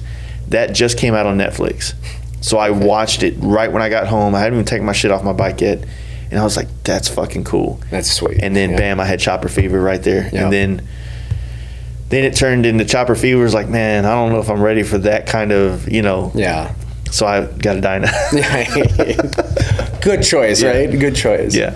It's like I'll step back a little bit, right? But yeah, I mean, like for me, it was like I had a uncle that rode, had an Ultra, and it's just the sound of it, like that's sweet. And then being local in Milwaukee too, coming to the anniversaries, seeing like I don't even know how many freaking bikes do the parade, but it's just like hours long of just freaking Harleys rolling by. Sounds awful. So it is. So you come in for 45 minutes and listen, and it's like all the same after that. But being a young kid, it's just like I want to be a Hellraiser, and you see all of that, the leather at that time, like that's freaking sweet. But then also watching, and people are probably gonna make fun of me, but like all those chopper biker build-offs. Yeah, and I was a young kid, man. and I'm watching this, and you got rock and roll playing, and you got people cussing at each other, and I'm like, fuck yeah, dude, I want to build bikes now. I want to do that. And I think that's kind of like the start of the implant into my brain, like you need to get on a Harley. You need to go ride, as a young kid. Even like building, bicycles. I had this banana bike, and that's like, I had the ape hangers on it. I felt like I was a badass kid, rolling around our small community with that. That's a good point, man. I try to think about like what was the, because you could think like a lot of the vintage chopper thing that goes on now, and even some of the flat tracking. It's kind of like a process or a progress from like the skateboarders and the dirt bikers of the 2000s right now are chill, like they're calmed down a little bit, kind of, maybe, but now they're just they're getting into this stuff now, and they're helping kind of push this culture. I wonder what it was for the chopper dudes of the early 2000s that was like, what was it like the punk rock culture? They like brought it into that kind of like, as they got older, then they started getting into kind of like the building and doing that kind of against the grain kind of like grunge and all of that, because those bikes are like perfect for those guys that are riding them. It's almost their personality onto two wheels. I mean, that's a good question. I'm not sure, but that totally makes sense for that style of bike. Just same with, like, I think of like along the same lines, Greg Letzka. Like we make his C for him, but like hanging out with that dude, obviously a great skateboarder, got into the Dyna. Now he's got the Pisani pipe, he's got RC, and he just rides the shit out of it. And he's kind of like, I don't know if he's really tamering down from skateboarding or not, but it's just, you see him on Instagram now riding a lot more, doing, the canyons. Yeah, didn't like, there's a bunch of skateboarders that are famous that ride Dynas. Yeah. Hell, even Brad Pitt rides a Dyna. Right. Damn it, He's way hot on there than I am, though. Right, same here. But no, that's it's cool, man. I dig it all. I just like that it's like I said, I like that people are starting to find in their communities all over the country. It's not just in California or Arizona. It's like kind of allowing younger people to dig bikes and have their own community instead of feeling like they're latched onto the boomers community of motorcycles. And ultra, yeah. And I got a good buddy that lives out here that does. He's big into the club world, and I want to do this podcast with him. I might be doing with him tonight, but trying to find a way to really debate, for lack of a better term, debate the concept of clubs these days, without being disrespectful to the clubs. Yeah, you know what I mean? Right. Because I've kind of felt like it's lost its luster. Yeah, it's if luster you will. and mojo. Yeah. And I mean, in Texas, we've got so much weird shit going on with clubs down there, and I don't really know enough to really speak on it. But it's like, man, that does not look like fun. And that's the thing. That's the thing that's what it's all supposed to be, is fun. Right, exactly. And that's what I've realized too. And I don't feel like there's a huge club scene here in Wisconsin. Like, I know that there are some, here, but it just, you see them and it's just, people, and it's a stereotype too. Yeah. Of them. I think that was the same before and after Sons of Anarchy. It's just like the stereotype that they have, and it's like, I don't really want that. I don't need that stereotype. Yeah. I don't know if there's any trouble that comes with it. I don't know, because I'm not in that scenario, but it's the stereotype of all of that. And is it worth it for me to even try to figure it out? Absolutely not. I love riding, doing my own thing. And I mean, I've never had an issue with any of them. So. Yeah, I never have either. I mean, I was in clubs, but I was never in like the kind of clubs that he's in, and the kind of commitment that is required to be in that club. That's what it is too. Is kind of it's kind of crazy, but I feel like I give my friends that I ride across the country with this same commitment that would be in a club, but we somehow work without telling each other what to do. Yeah. You know what I mean? Right. And it's not, I've never been like a dude that has an issue with, I have been a dude that has an issue with authority, but not so much authority in things I want to do. Right. Like if I play basketball and you're my coach, I get it. I understand this role. Right. But like with the stuff, it's like, I don't know. I really wonder how that's going to play out in the long run. And the only reason I guess I brought it up is because I feel like in California, there's when I'm out there, there's so many kids on Dynas, even younger guys, and I feel like they all feel like they need to be in some kind of club to be cool, because that's, everybody's got badass bikes out there. So, well, I'll just be in a club and that'll make me cool. Yeah, I'll put you a step above everyone else. I get to go punk people, and I got a whole bunch of people that can. Right. So it's a different mentality, I feel like, sometimes. But dude, NorCal, man. So imagine this: I'm from Texas, and then I started getting the opportunity to go to Northern Cali to paint bikes, and this is like season 4 of Sons of Anarchy was out. Awesome. So and I'd been to LA a few times, but for other cultures. Like I went in 2003 was the first time, but that was for the import car culture. So I was there picking up like Japanese motors from the docks and taking them back to Texas. I went in 2011 for the lowrider culture when I used to do lowrider cars. And then in 2014 is when I went to paint motorcycles. And my wife was from SoCal, so we stopped there first, saw her dad. Of course. Didn't really see that much, bikes while I was there. Man, where I was at in NorCal, everywhere. It's funny as shit, because everywhere they talked, I mean, obviously Sons of Anarchy was filmed in SoCal, like in the kind of valley and shit. But they all talked about these counties and cities in NorCal, like Lodi and San Joaquin County and this kind of shit. And like, that's where I'm at. Right. Definitely had a Sons of Anarchy vibe up there. Every kid on a Dyna had a big ass patch and it said California, and it was just like the culture of clubs was so thick up there. Sure. And of course I was on big wheels. That's what I was going up there to paint. Yeah. But everybody up there still fucked with Dynas. It's like they'd have a big wheel and then they'd have a Dyna. Right. Or an FXR or something like that. Secondary bike too. Yeah. So it was a culture shock for me just going up there and seeing that. It was wild. I mean, and because I was, born and raised here, I rode my bike out to California, wanted to have that like experience going to Saddleman, and then just seeing like the lane splitting. There's all these things you hear about California, and then you actually get there and you get to experience it. and it's just absolutely, Yeah. it's absolutely crazy. And then again, like with the club scene, working bike nights at Huntington Beach, like one week it would be one club and the next week it would be another. I've been passed by clubs because I'm just like listening to music with my son. Yeah. I'm trying to lane split because I'm not used to it yet, and they're just going by at like 100 miles an hour. Always awesome dudes, and it's that scene too. It's like you almost get wrapped up into it. So Yeah. I think it could be father to son or friend to friend. Yeah.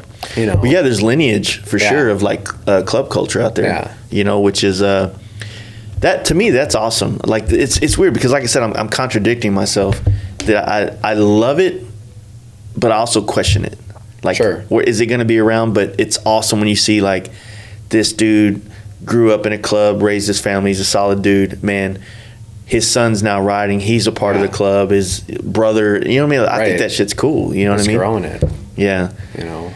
But like I said, I wonder, man, it'd be way cooler to do it in the 60s when credit scores weren't there. Right. And you could just jump on your bike and ride all over the place and kind of raise hell, know? But not anymore. No, there's too much going on. Too many cameras now, man. For sure. But yeah.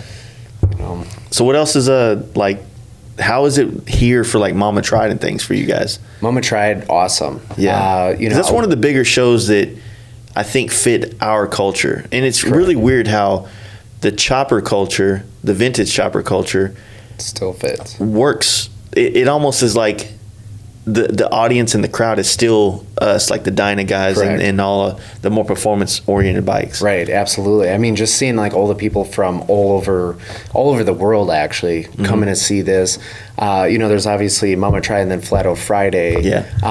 Flat Out Friday is just, it's awesome to see Flat Track going to where it is now. Yeah. And just the fact that like, you almost are like celebrities, these flat track races, especially doing the Flat Out Friday. When I went to California, people were name dropping people from Wisconsin. Oh, that's cool. I'm thinking, who are these guys? They come in the dealership, they get like sprockets and all sorts of weird stuff.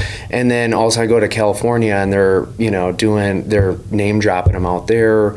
Obviously X Games, I think was huge for that. And then, but just going back to like Mama Tried and Flat Out Friday, it's just that whole clique. You got, your racers, but then a lot of those guys that are racing on Friday have their choppers that they put in the show. And just to see, just for consumers to go in there too and just see like the custom paint, these old bikes, just kind of get a broader spectrum on like what's in. It's right here in Milwaukee too. Yeah. You almost wonder where are they coming from? Yeah. And a lot of them are right here local in Milwaukee. So that whole vibe is like super strong here. It just, I think we're supposed to have, I think later on the day, both the guys from Mama Tried are supposed to be in here, I think. And I'm pretty excited about that because, like I said, it's so weird. Even though this is the Harley Mecca, right? Yeah. It's so weird because it is the Harley Mecca, but you usually, at least for us in our style, even the vintage shoppers, we look to California, correct, as like the Mecca. Born free, exactly. But yeah, it's awesome how a chopper show turns into a flat track show, right? And it happens in the middle of the fucking winter. Right in February. It's like, doesn't make sense, but it works. Me and my boys in Dallas, we were gonna, we had talked in like November, like, because we had did a bike show, Easy Riders, one of the last ones they ever did. And they did it in Texas, and we just all carpooled together down to Austin, got a hotel, like a little Airbnb, like condo somewhere, and had a fucking blast down there. Yeah. We're like, dude, let's just get a van. Like a church van, and let's just mob up to Mama Tried and just party our asses off. And we were going to do it. Yeah. But then we were expecting it to be, this year was supposed to be in, or we were hoping it was going to be in like January, February. Yeah. But it got moved to March. Yep. After Daytona, I think. Yep. And then that's right when literally got shut down right while everybody was here trying to load in. I left Daytona early to go work at Mama Tried. And then on my way up, I was like, yep, Mama Tried's canceled. Nice. What a freaking shame. It's just, and everyone already, there's a ton of people, whether it's flat track racers or people with their bikes. And then dealerships are scrambling like, hey, we'll still have a freaking party. They were doing boonie bike races at Milwaukee, HD. People are still drinking. I think it would have been fun to still be here to experience that. Yeah. Because it's like I was saying this about Sturgis, if it would have got canceled, it would have been the most unique experience you could ever have. Sturgis 2020 would have been like this It's ghost weird. town maybe, but still full of bikers. Yeah. And that's what I kind of feel like maybe Mama Tried was this year, was something that got canceled, but people made the best of it and still did biker shit. And that's what it is. I mean, Yeah. people jumping, you know, I these saw mini what bikes. was it, like Rusty Butcher was doing shit like that? Yeah. You know, all sorts of crazy shit. And they're just making the best of it because, you know, again, like coronavirus is like, what is this virus? No one knows what's going on. Yeah. And it's like, well, this might be the last time we're going to freaking party, so let's do it hard, you know? Let's go hard, man. You know, burnouts in the freaking streets, too.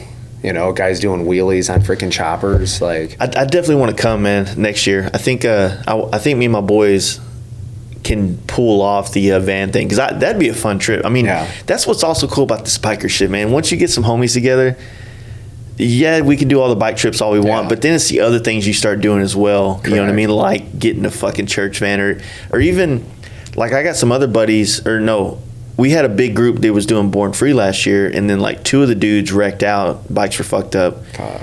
Yeah. So they just got plane tickets and met us in LA and stayed, you know, at the Airbnb that they were originally going to with us, Yeah. and partied with us the whole time. Yeah. One dude was on a scooter going through Born Free, like a little, like a knee scooter, because he Yeah. fucked his ankle up and shit. And but it still made it great to see them and things like that. So Yeah, I don't because know. you don't even have to be on 2 wheels to enjoy 2-wheel activities. Exactly. You know? Especially here when it's fucking ice everywhere. Right. It's like, What am I fucking going to do? ride up there? You It's know? like, come on, man. Yeah. Well, I mean, even, you know, talking about some of the winter sports, we have guys doing the ice racing. That shit's wild, man.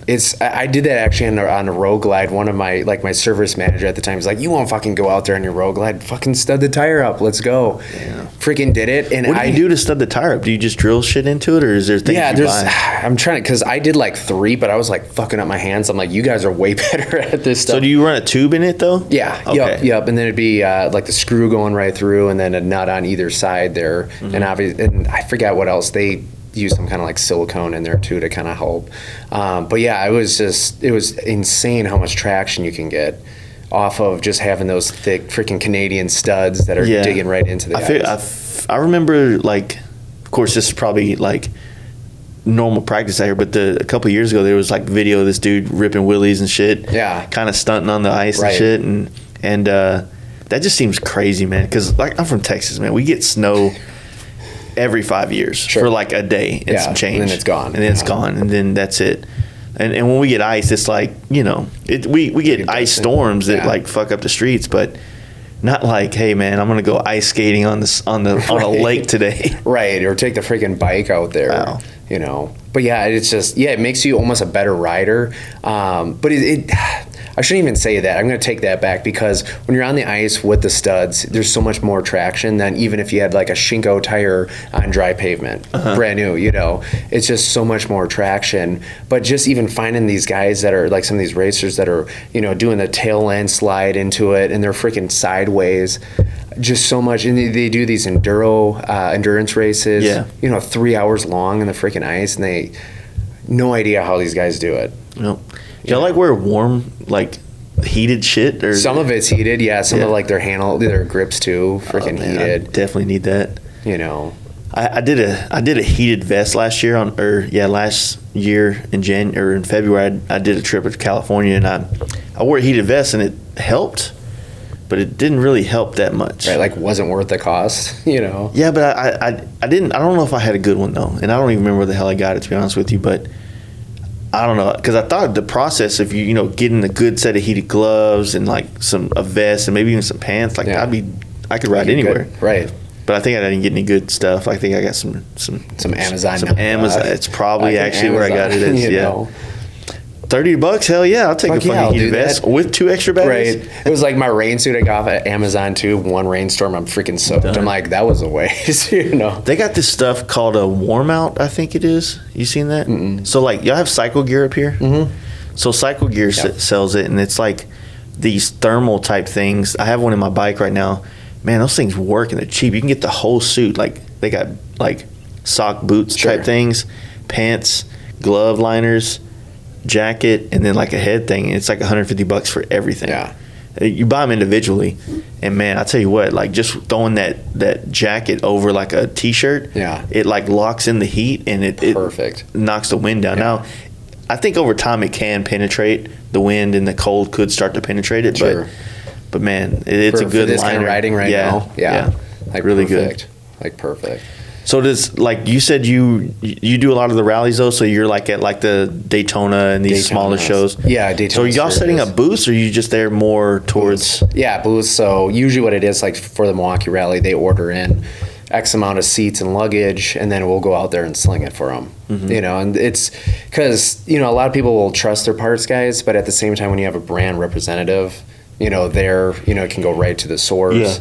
Sometimes makes for some awkward conversations like, hey, I ordered this seat like over a month ago. Where is it? I'm like, this is not the time to ask. Like, here's my card. But yeah, I mean, it's just like Sturgis this year too, going back to that, it was crazy because with coronavirus. Did y'all set up at Sturgis? Yeah. We're at Black Hills and Black JMP. Hills? Okay. So Black Hills, you know, we had this whole semi full of friggin' product, and we didn't know for sure, you know, how Where were well y'all set up by Black Hills? kind of like if you saw the S&S semi, we're like right across from that. You know what, I do remember that. Didn't y'all have some like stunt guys over there? We didn't bring them out there, but they definitely did it right in front of us. Okay. For sure. But yeah, we crushed it there. And we didn't know, like, you know, are we going to return a lot of this product? Are we not? Yeah. You know, less turnout, supposedly, from what I've heard. I wouldn't doubt it. Felt pretty normal, though. It did. Yeah. Compared to, like, the other years that I've gone. But yeah, sold out of most of our stuff. So that's, you know, with this whole virus, you hate to say it, but it's almost helped. You know, a lot of the industry as well. More people are riding. Mm-hmm. So yeah, more people are riding. That's a damn good fact. Helps sales. Repairs, upgrades. All people have time. Maybe the initial conversation we were having. Maybe the fact that people do have time to ride now, they're spending more money on their shit. Right. Or even getting rid of like that commute to work and back because you're working from home. Yeah. You know, who knows? It could be an hour, but hey, now this an hour I can ride my bike. True. Yeah. Or maybe if they do ride their bike, they commute, then when they get home, they look at it like, I'm fucking tired of traffic. I don't want to be on this bike. And now, like, man, I need that fix. So now I'm going to go take this and have lunch somewhere, and it's more enjoyable. Exactly. Yeah, that's a good point. Now, Sturgis was it was a good year. I had a good time. It felt normal. It was a good reality check from the world that we've been living in for the last 6 months. Yes. And I say reality check in the opposite. Like, it made me remember what it was like to be American. Correct. Yeah, like no one had masks on. And I'm not going to go into that, but it's like no one had masks. There's, maybe some hand sanitizer, but maybe some things you should always have out in Sturgis, you know. But yeah, it was just it was an awesome time because I was, you know, I didn't watch any news during that time. It was just hanging out with good people, hanging out with coworkers, talking to customers like it was any other year. Yeah, and like when you walk into a gas station, people don't beeline a circle around you because they think that, like, you know, you're gonna kill them or something. You know? Yeah, it's like it felt like everybody was like, "Hey, what's up, brother?" Yeah, you know, and I like that, man. I miss that part. It's crazy because I wouldn't say I'm not like some, like, I do need social interaction. Like I feel like just like you need to feel the sun on you, I need to feel people around me every once in a while. And when you know in my shop, I'm usually by myself all day, and when I go to lunch to get social interaction, to be around people.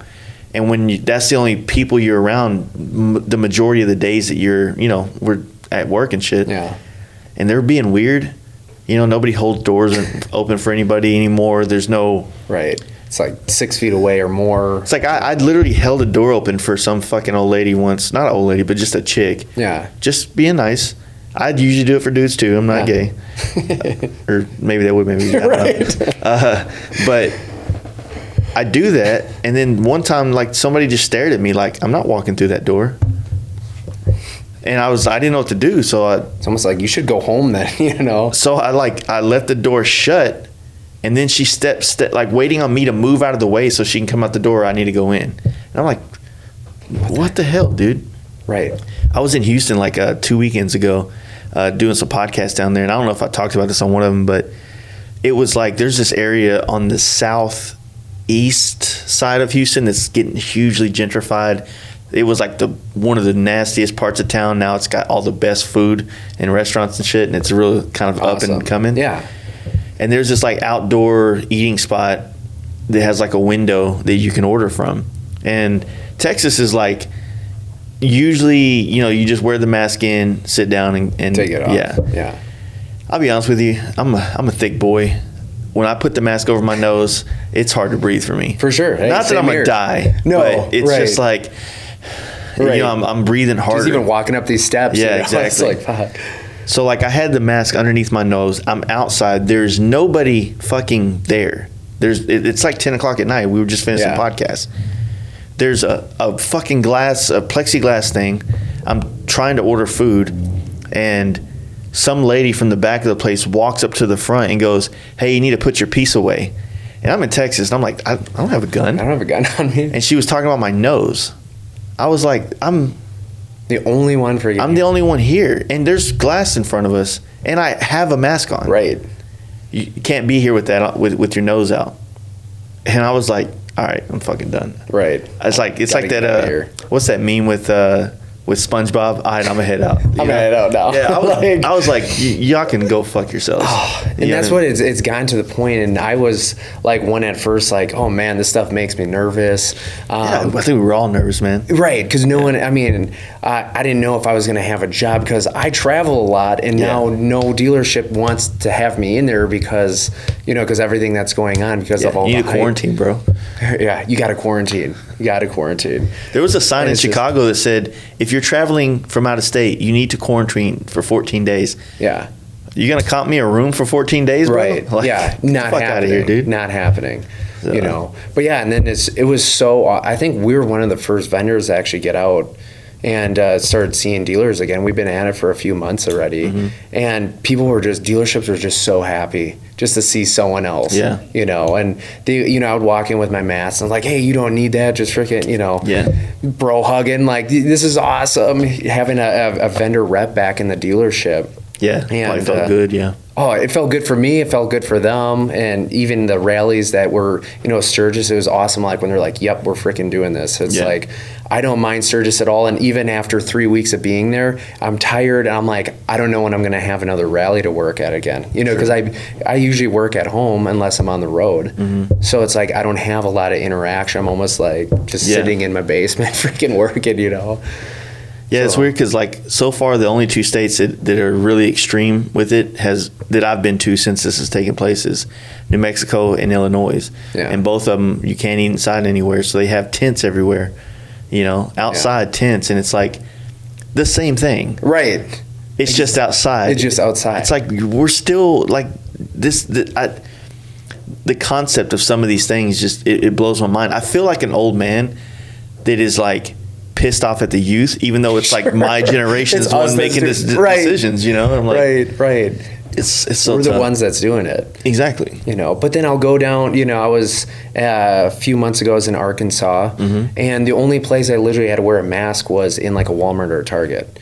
You know, and that was another one of those situations because that was my first event. Yeah. You know, over at Rebels then, and it was like just awesome. People are doing wheelies and burnouts, and we're selling product, and everyone was just so much happier there. And then you come into like these states like Illinois that it's like it's so strict, and everyone's just it feels like depressing. It is depressing, there, you know. I remember at the first part of the thing because like the mask thing was like recommended everywhere. Yeah. But you had to wear it in like Walmart or something like those big places, right? But then, dude, we were walking in restaurants in Texas everywhere, and nobody's wearing a mask. Yeah. Then the bars finally opened up, still no masks. I don't like the forced mask things at all. Yeah. I feel like I don't like that. I don't like it because I don't want it to become the normal thing that everybody wants it to be that way forever. Right. Like that, I do not want that to happen. You know what I mean? Right. And yeah, and it's nothing to do with like any. I just don't like that feeling of for sure having to. You know what I mean? Well, and it's another thing too. I think it was like, okay, once they can mandate that, what else are they going to be able to mandate? Yeah.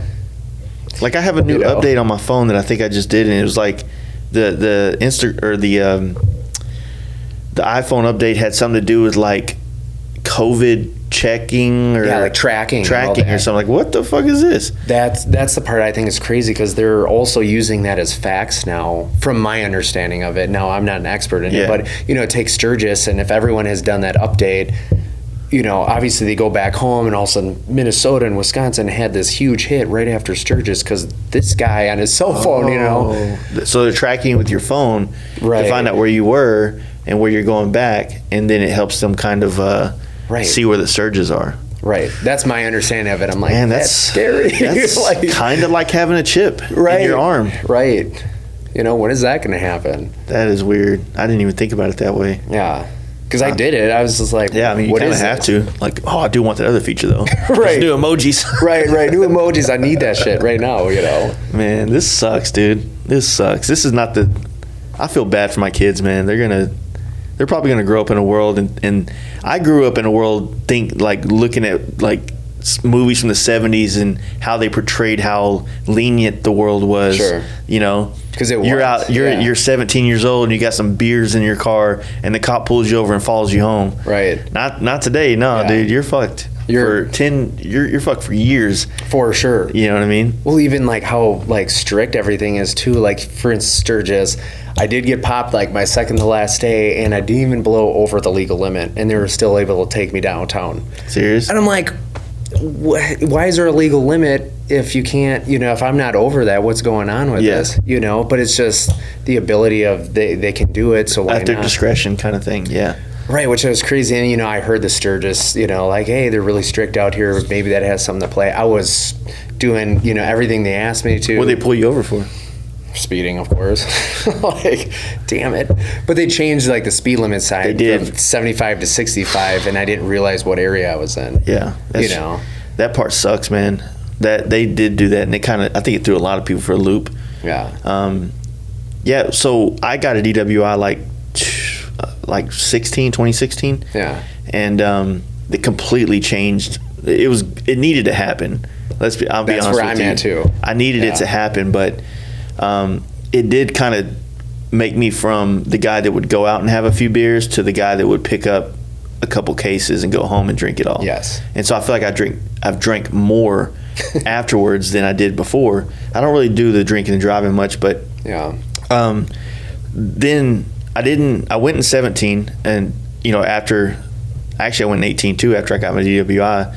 Kind of weirded out. Actually, that was the year that that was a crazy year. I did some really hardcore drinking and driving and fucking Sturgis on my bike. But then the next year I went and we stayed in Sturgis for the first time, actually in the city. Yeah. And I took my little brother, and when we would go to town, after dark, those cops were at every stop sign waiting on people to not put their feet down. Yeah. Not have eye protection, handlebars too high. tall, Yeah. just anything, stumble, all that stuff. And I was like, no, I'm not. I didn't drink at all, hardly the whole time at Sturgis that year. And then I didn't go in 18, and then in 19 is kind of when we were all on the baggers, and I'm with all these dudes from all the country, and we're just assholes when we ride bikes, right? And so I got a ticket that year for not reckless. He was it was reckless, but what's the one right before it? Oh God, I know what you're talking about because I've had that before too. Yeah, it's the one under it, so it's not as severe. Right. But same thing. Last year, disorderly conduct with a motor vehicle. Yeah, well, I don't know it's if that's another worse word or- like that. Yeah. It's another word, not reckless. It's on people. There's somebody sitting in the invisible chair at home going, "It's fucking this word." Right. But no, so I got that ticket, and I had to pay it before I left the town. It's pretty crazy on that too, but it made me not want to drink at all and then ride back to where I was staying. I would only want to have beer at the place, which is kind of working. It's kind of doing what it's supposed to, but man, those tickets are they suck. Yeah, and it's just I was watching some flat track racing there in Sturgis. Definitely had a couple of beers, nothing crazy. Yeah. But yeah, I mean, it was just I got pulled over. I'm like, fuck, I was probably speeding it from that 75 that got moved down to a 65. Where were you on the highway? Literally just past Black Hills Harley. Okay. So that section, it literally right there was turned into through Rapid and all that, 65, and I'm jamming out in my freaking helmet, all that. Yeah. So not really, definitely rightfully so, got pulled over. But then, I mean, they were trying to get me for marijuana and all that. I'm like, I don't even have that on me. I don't know what you're talking about. Yeah. Well, you had that California vibe, right? So it's you definitely got weed. But with Wisconsin plates, though, you know what I mean? Yeah. It's just but Is that stuff legal up here yet, or No. It's just Michigan, right? Michigan, yeah. In Canada. In Canada. So it's like as soon as I could cross the border, like. Yeah, but you know, like I said, it's a mess.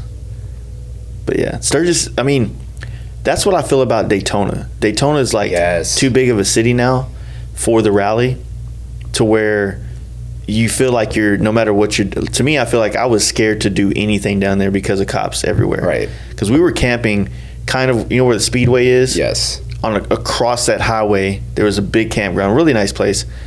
And then you would go to Main Street, and you know, I don't want to be down there drinking and have to get from Main Street all the way down that it's awful busy ass street to the campground. And then those, you know, where all the bars are down the other like 40 miles away down here.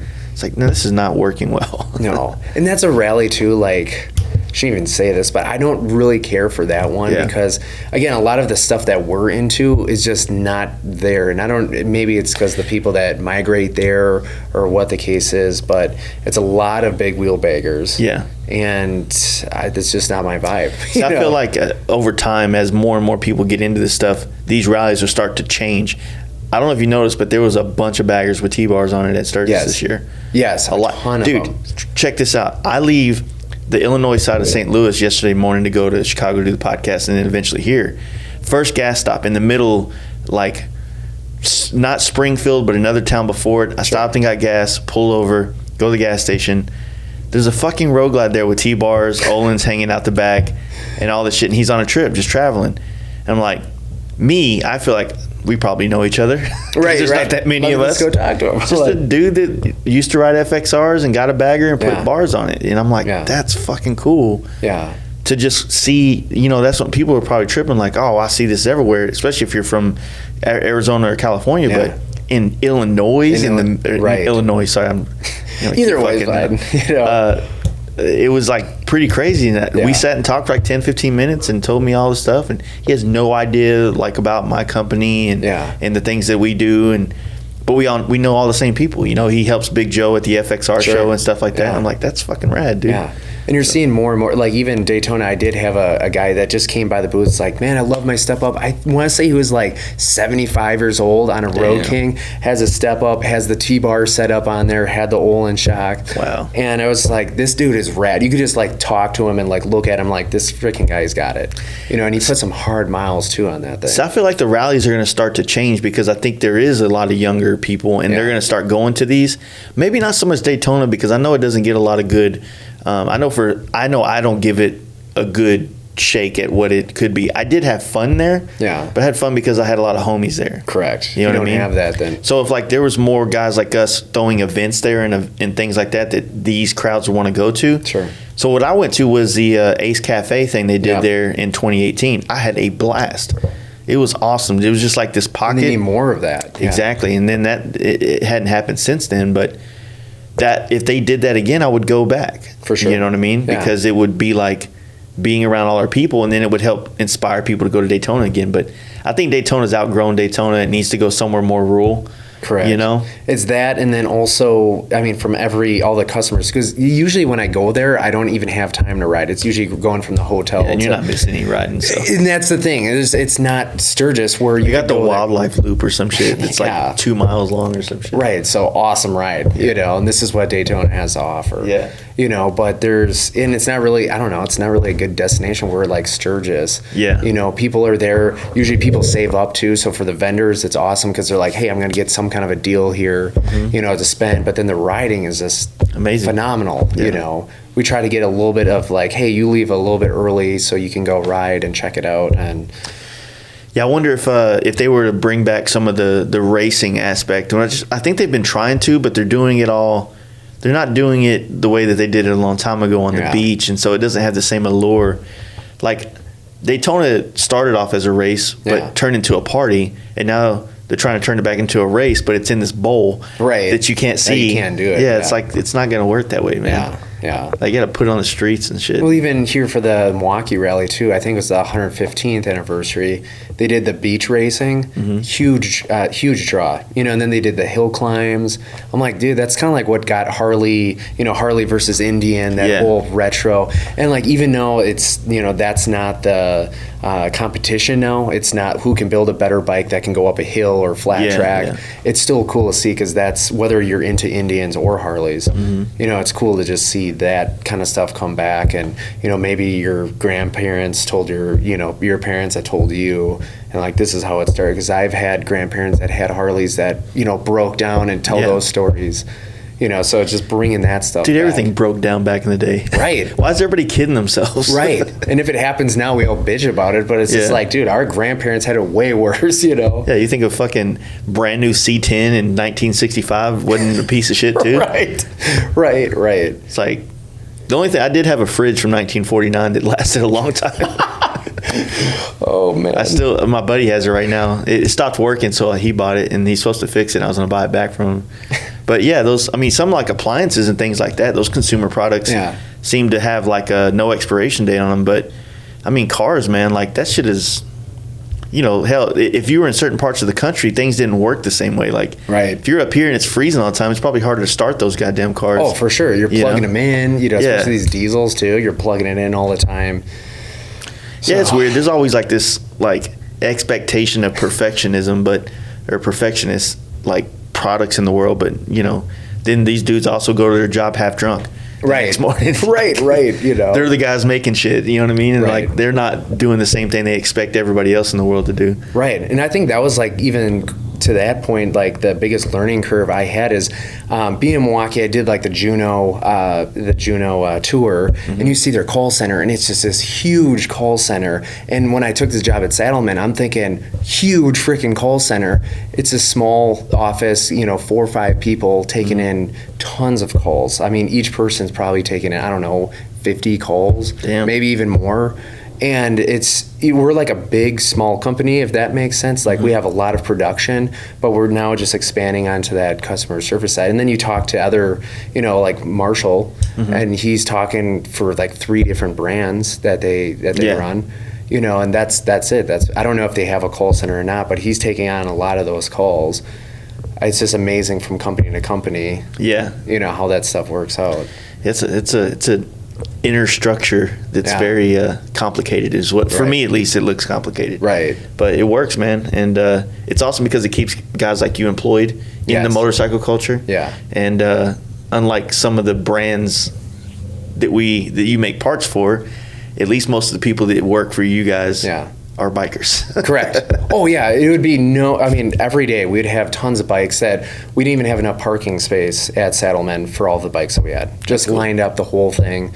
You got factory workers with I want to go check out the Saddleman factory it's in like LA area, right? Or Rancho Dominguez. Yeah. I want to go check that out, man. I've heard nothing but great things about it. So it's cool. That was the first thing that Dave did, was take me through the factory, and you just get this appreciation for how these seats are built. Just there's someone doing all the LS stitching, and there's someone that's pouring the foam, pouring the gel, the pans. I would never want to do that job. I give those guys so much credit because all the fiberglass pans that they're doing. Oh, they make fiberglass ones? Yeah. And then same with the tail sections too for flat track. They're doing all those molds.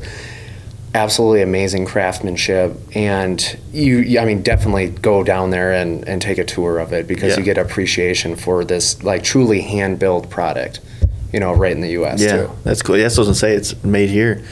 That's a good thing, man. Well, shit. So we can wrap this up. So thanks for doing it, though, man. It's awesome. Absolutely. Like I said, it's kind of weird because I was hitting up Tommy.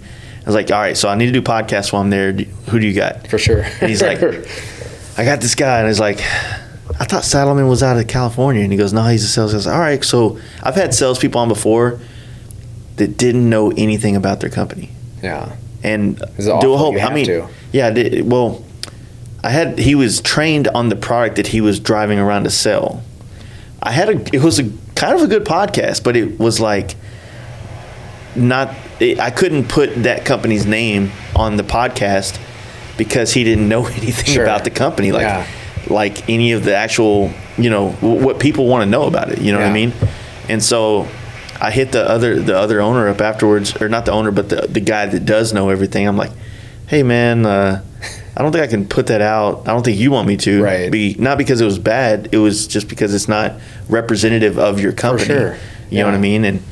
And I don't know if my audience would even really flock to it because nobody knows who this guy is. Right, you know? right. So, you want to know how the company is and things like that. So there's so much that, whether it's Saddleman or any other company, but like I can speak for Saddleman in terms of like people should understand that, you know, it is it's like a family ran, you know, David Eckert, you know, owns it, and just the drive that he has. I mean, that guy is in there before all of us are in there, and then he leaves when it's dark.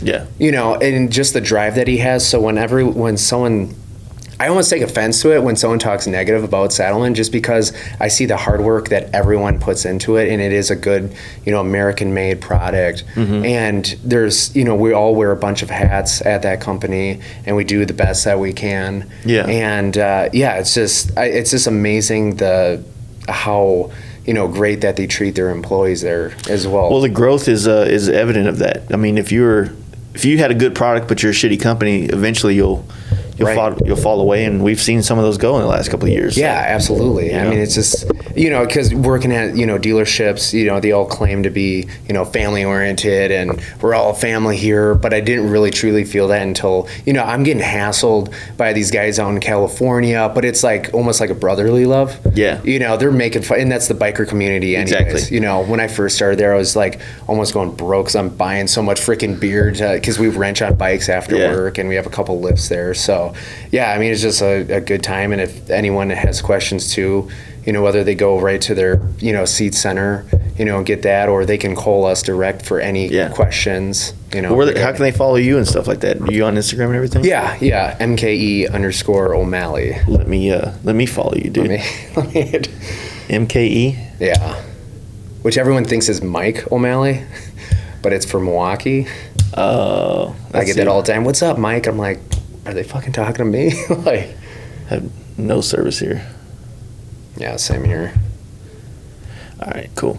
Well, shit, man. Thank you. And then they can check out Saddleman on, what's the website for Saddleman? Saddleman.com. And you said 300 seat centers across the country? And it's still growing every day. So they can probably see all the seat centers by going on the website and find out which ones dealer have it. locator, and then you can see all the little, you know, spots on the map. We are working, you know, to get more seat centers in Canada and then also in Europe. Here so all you bike shops out there, if you want to get a seat center, you can make it happen. So most people are already drag reps. Correct. Yep. And so you're already a Saddleman dealer for the most part. Right. So get with it. Yep, get with it. All right, cool. Thanks, bud. Yep, thank you.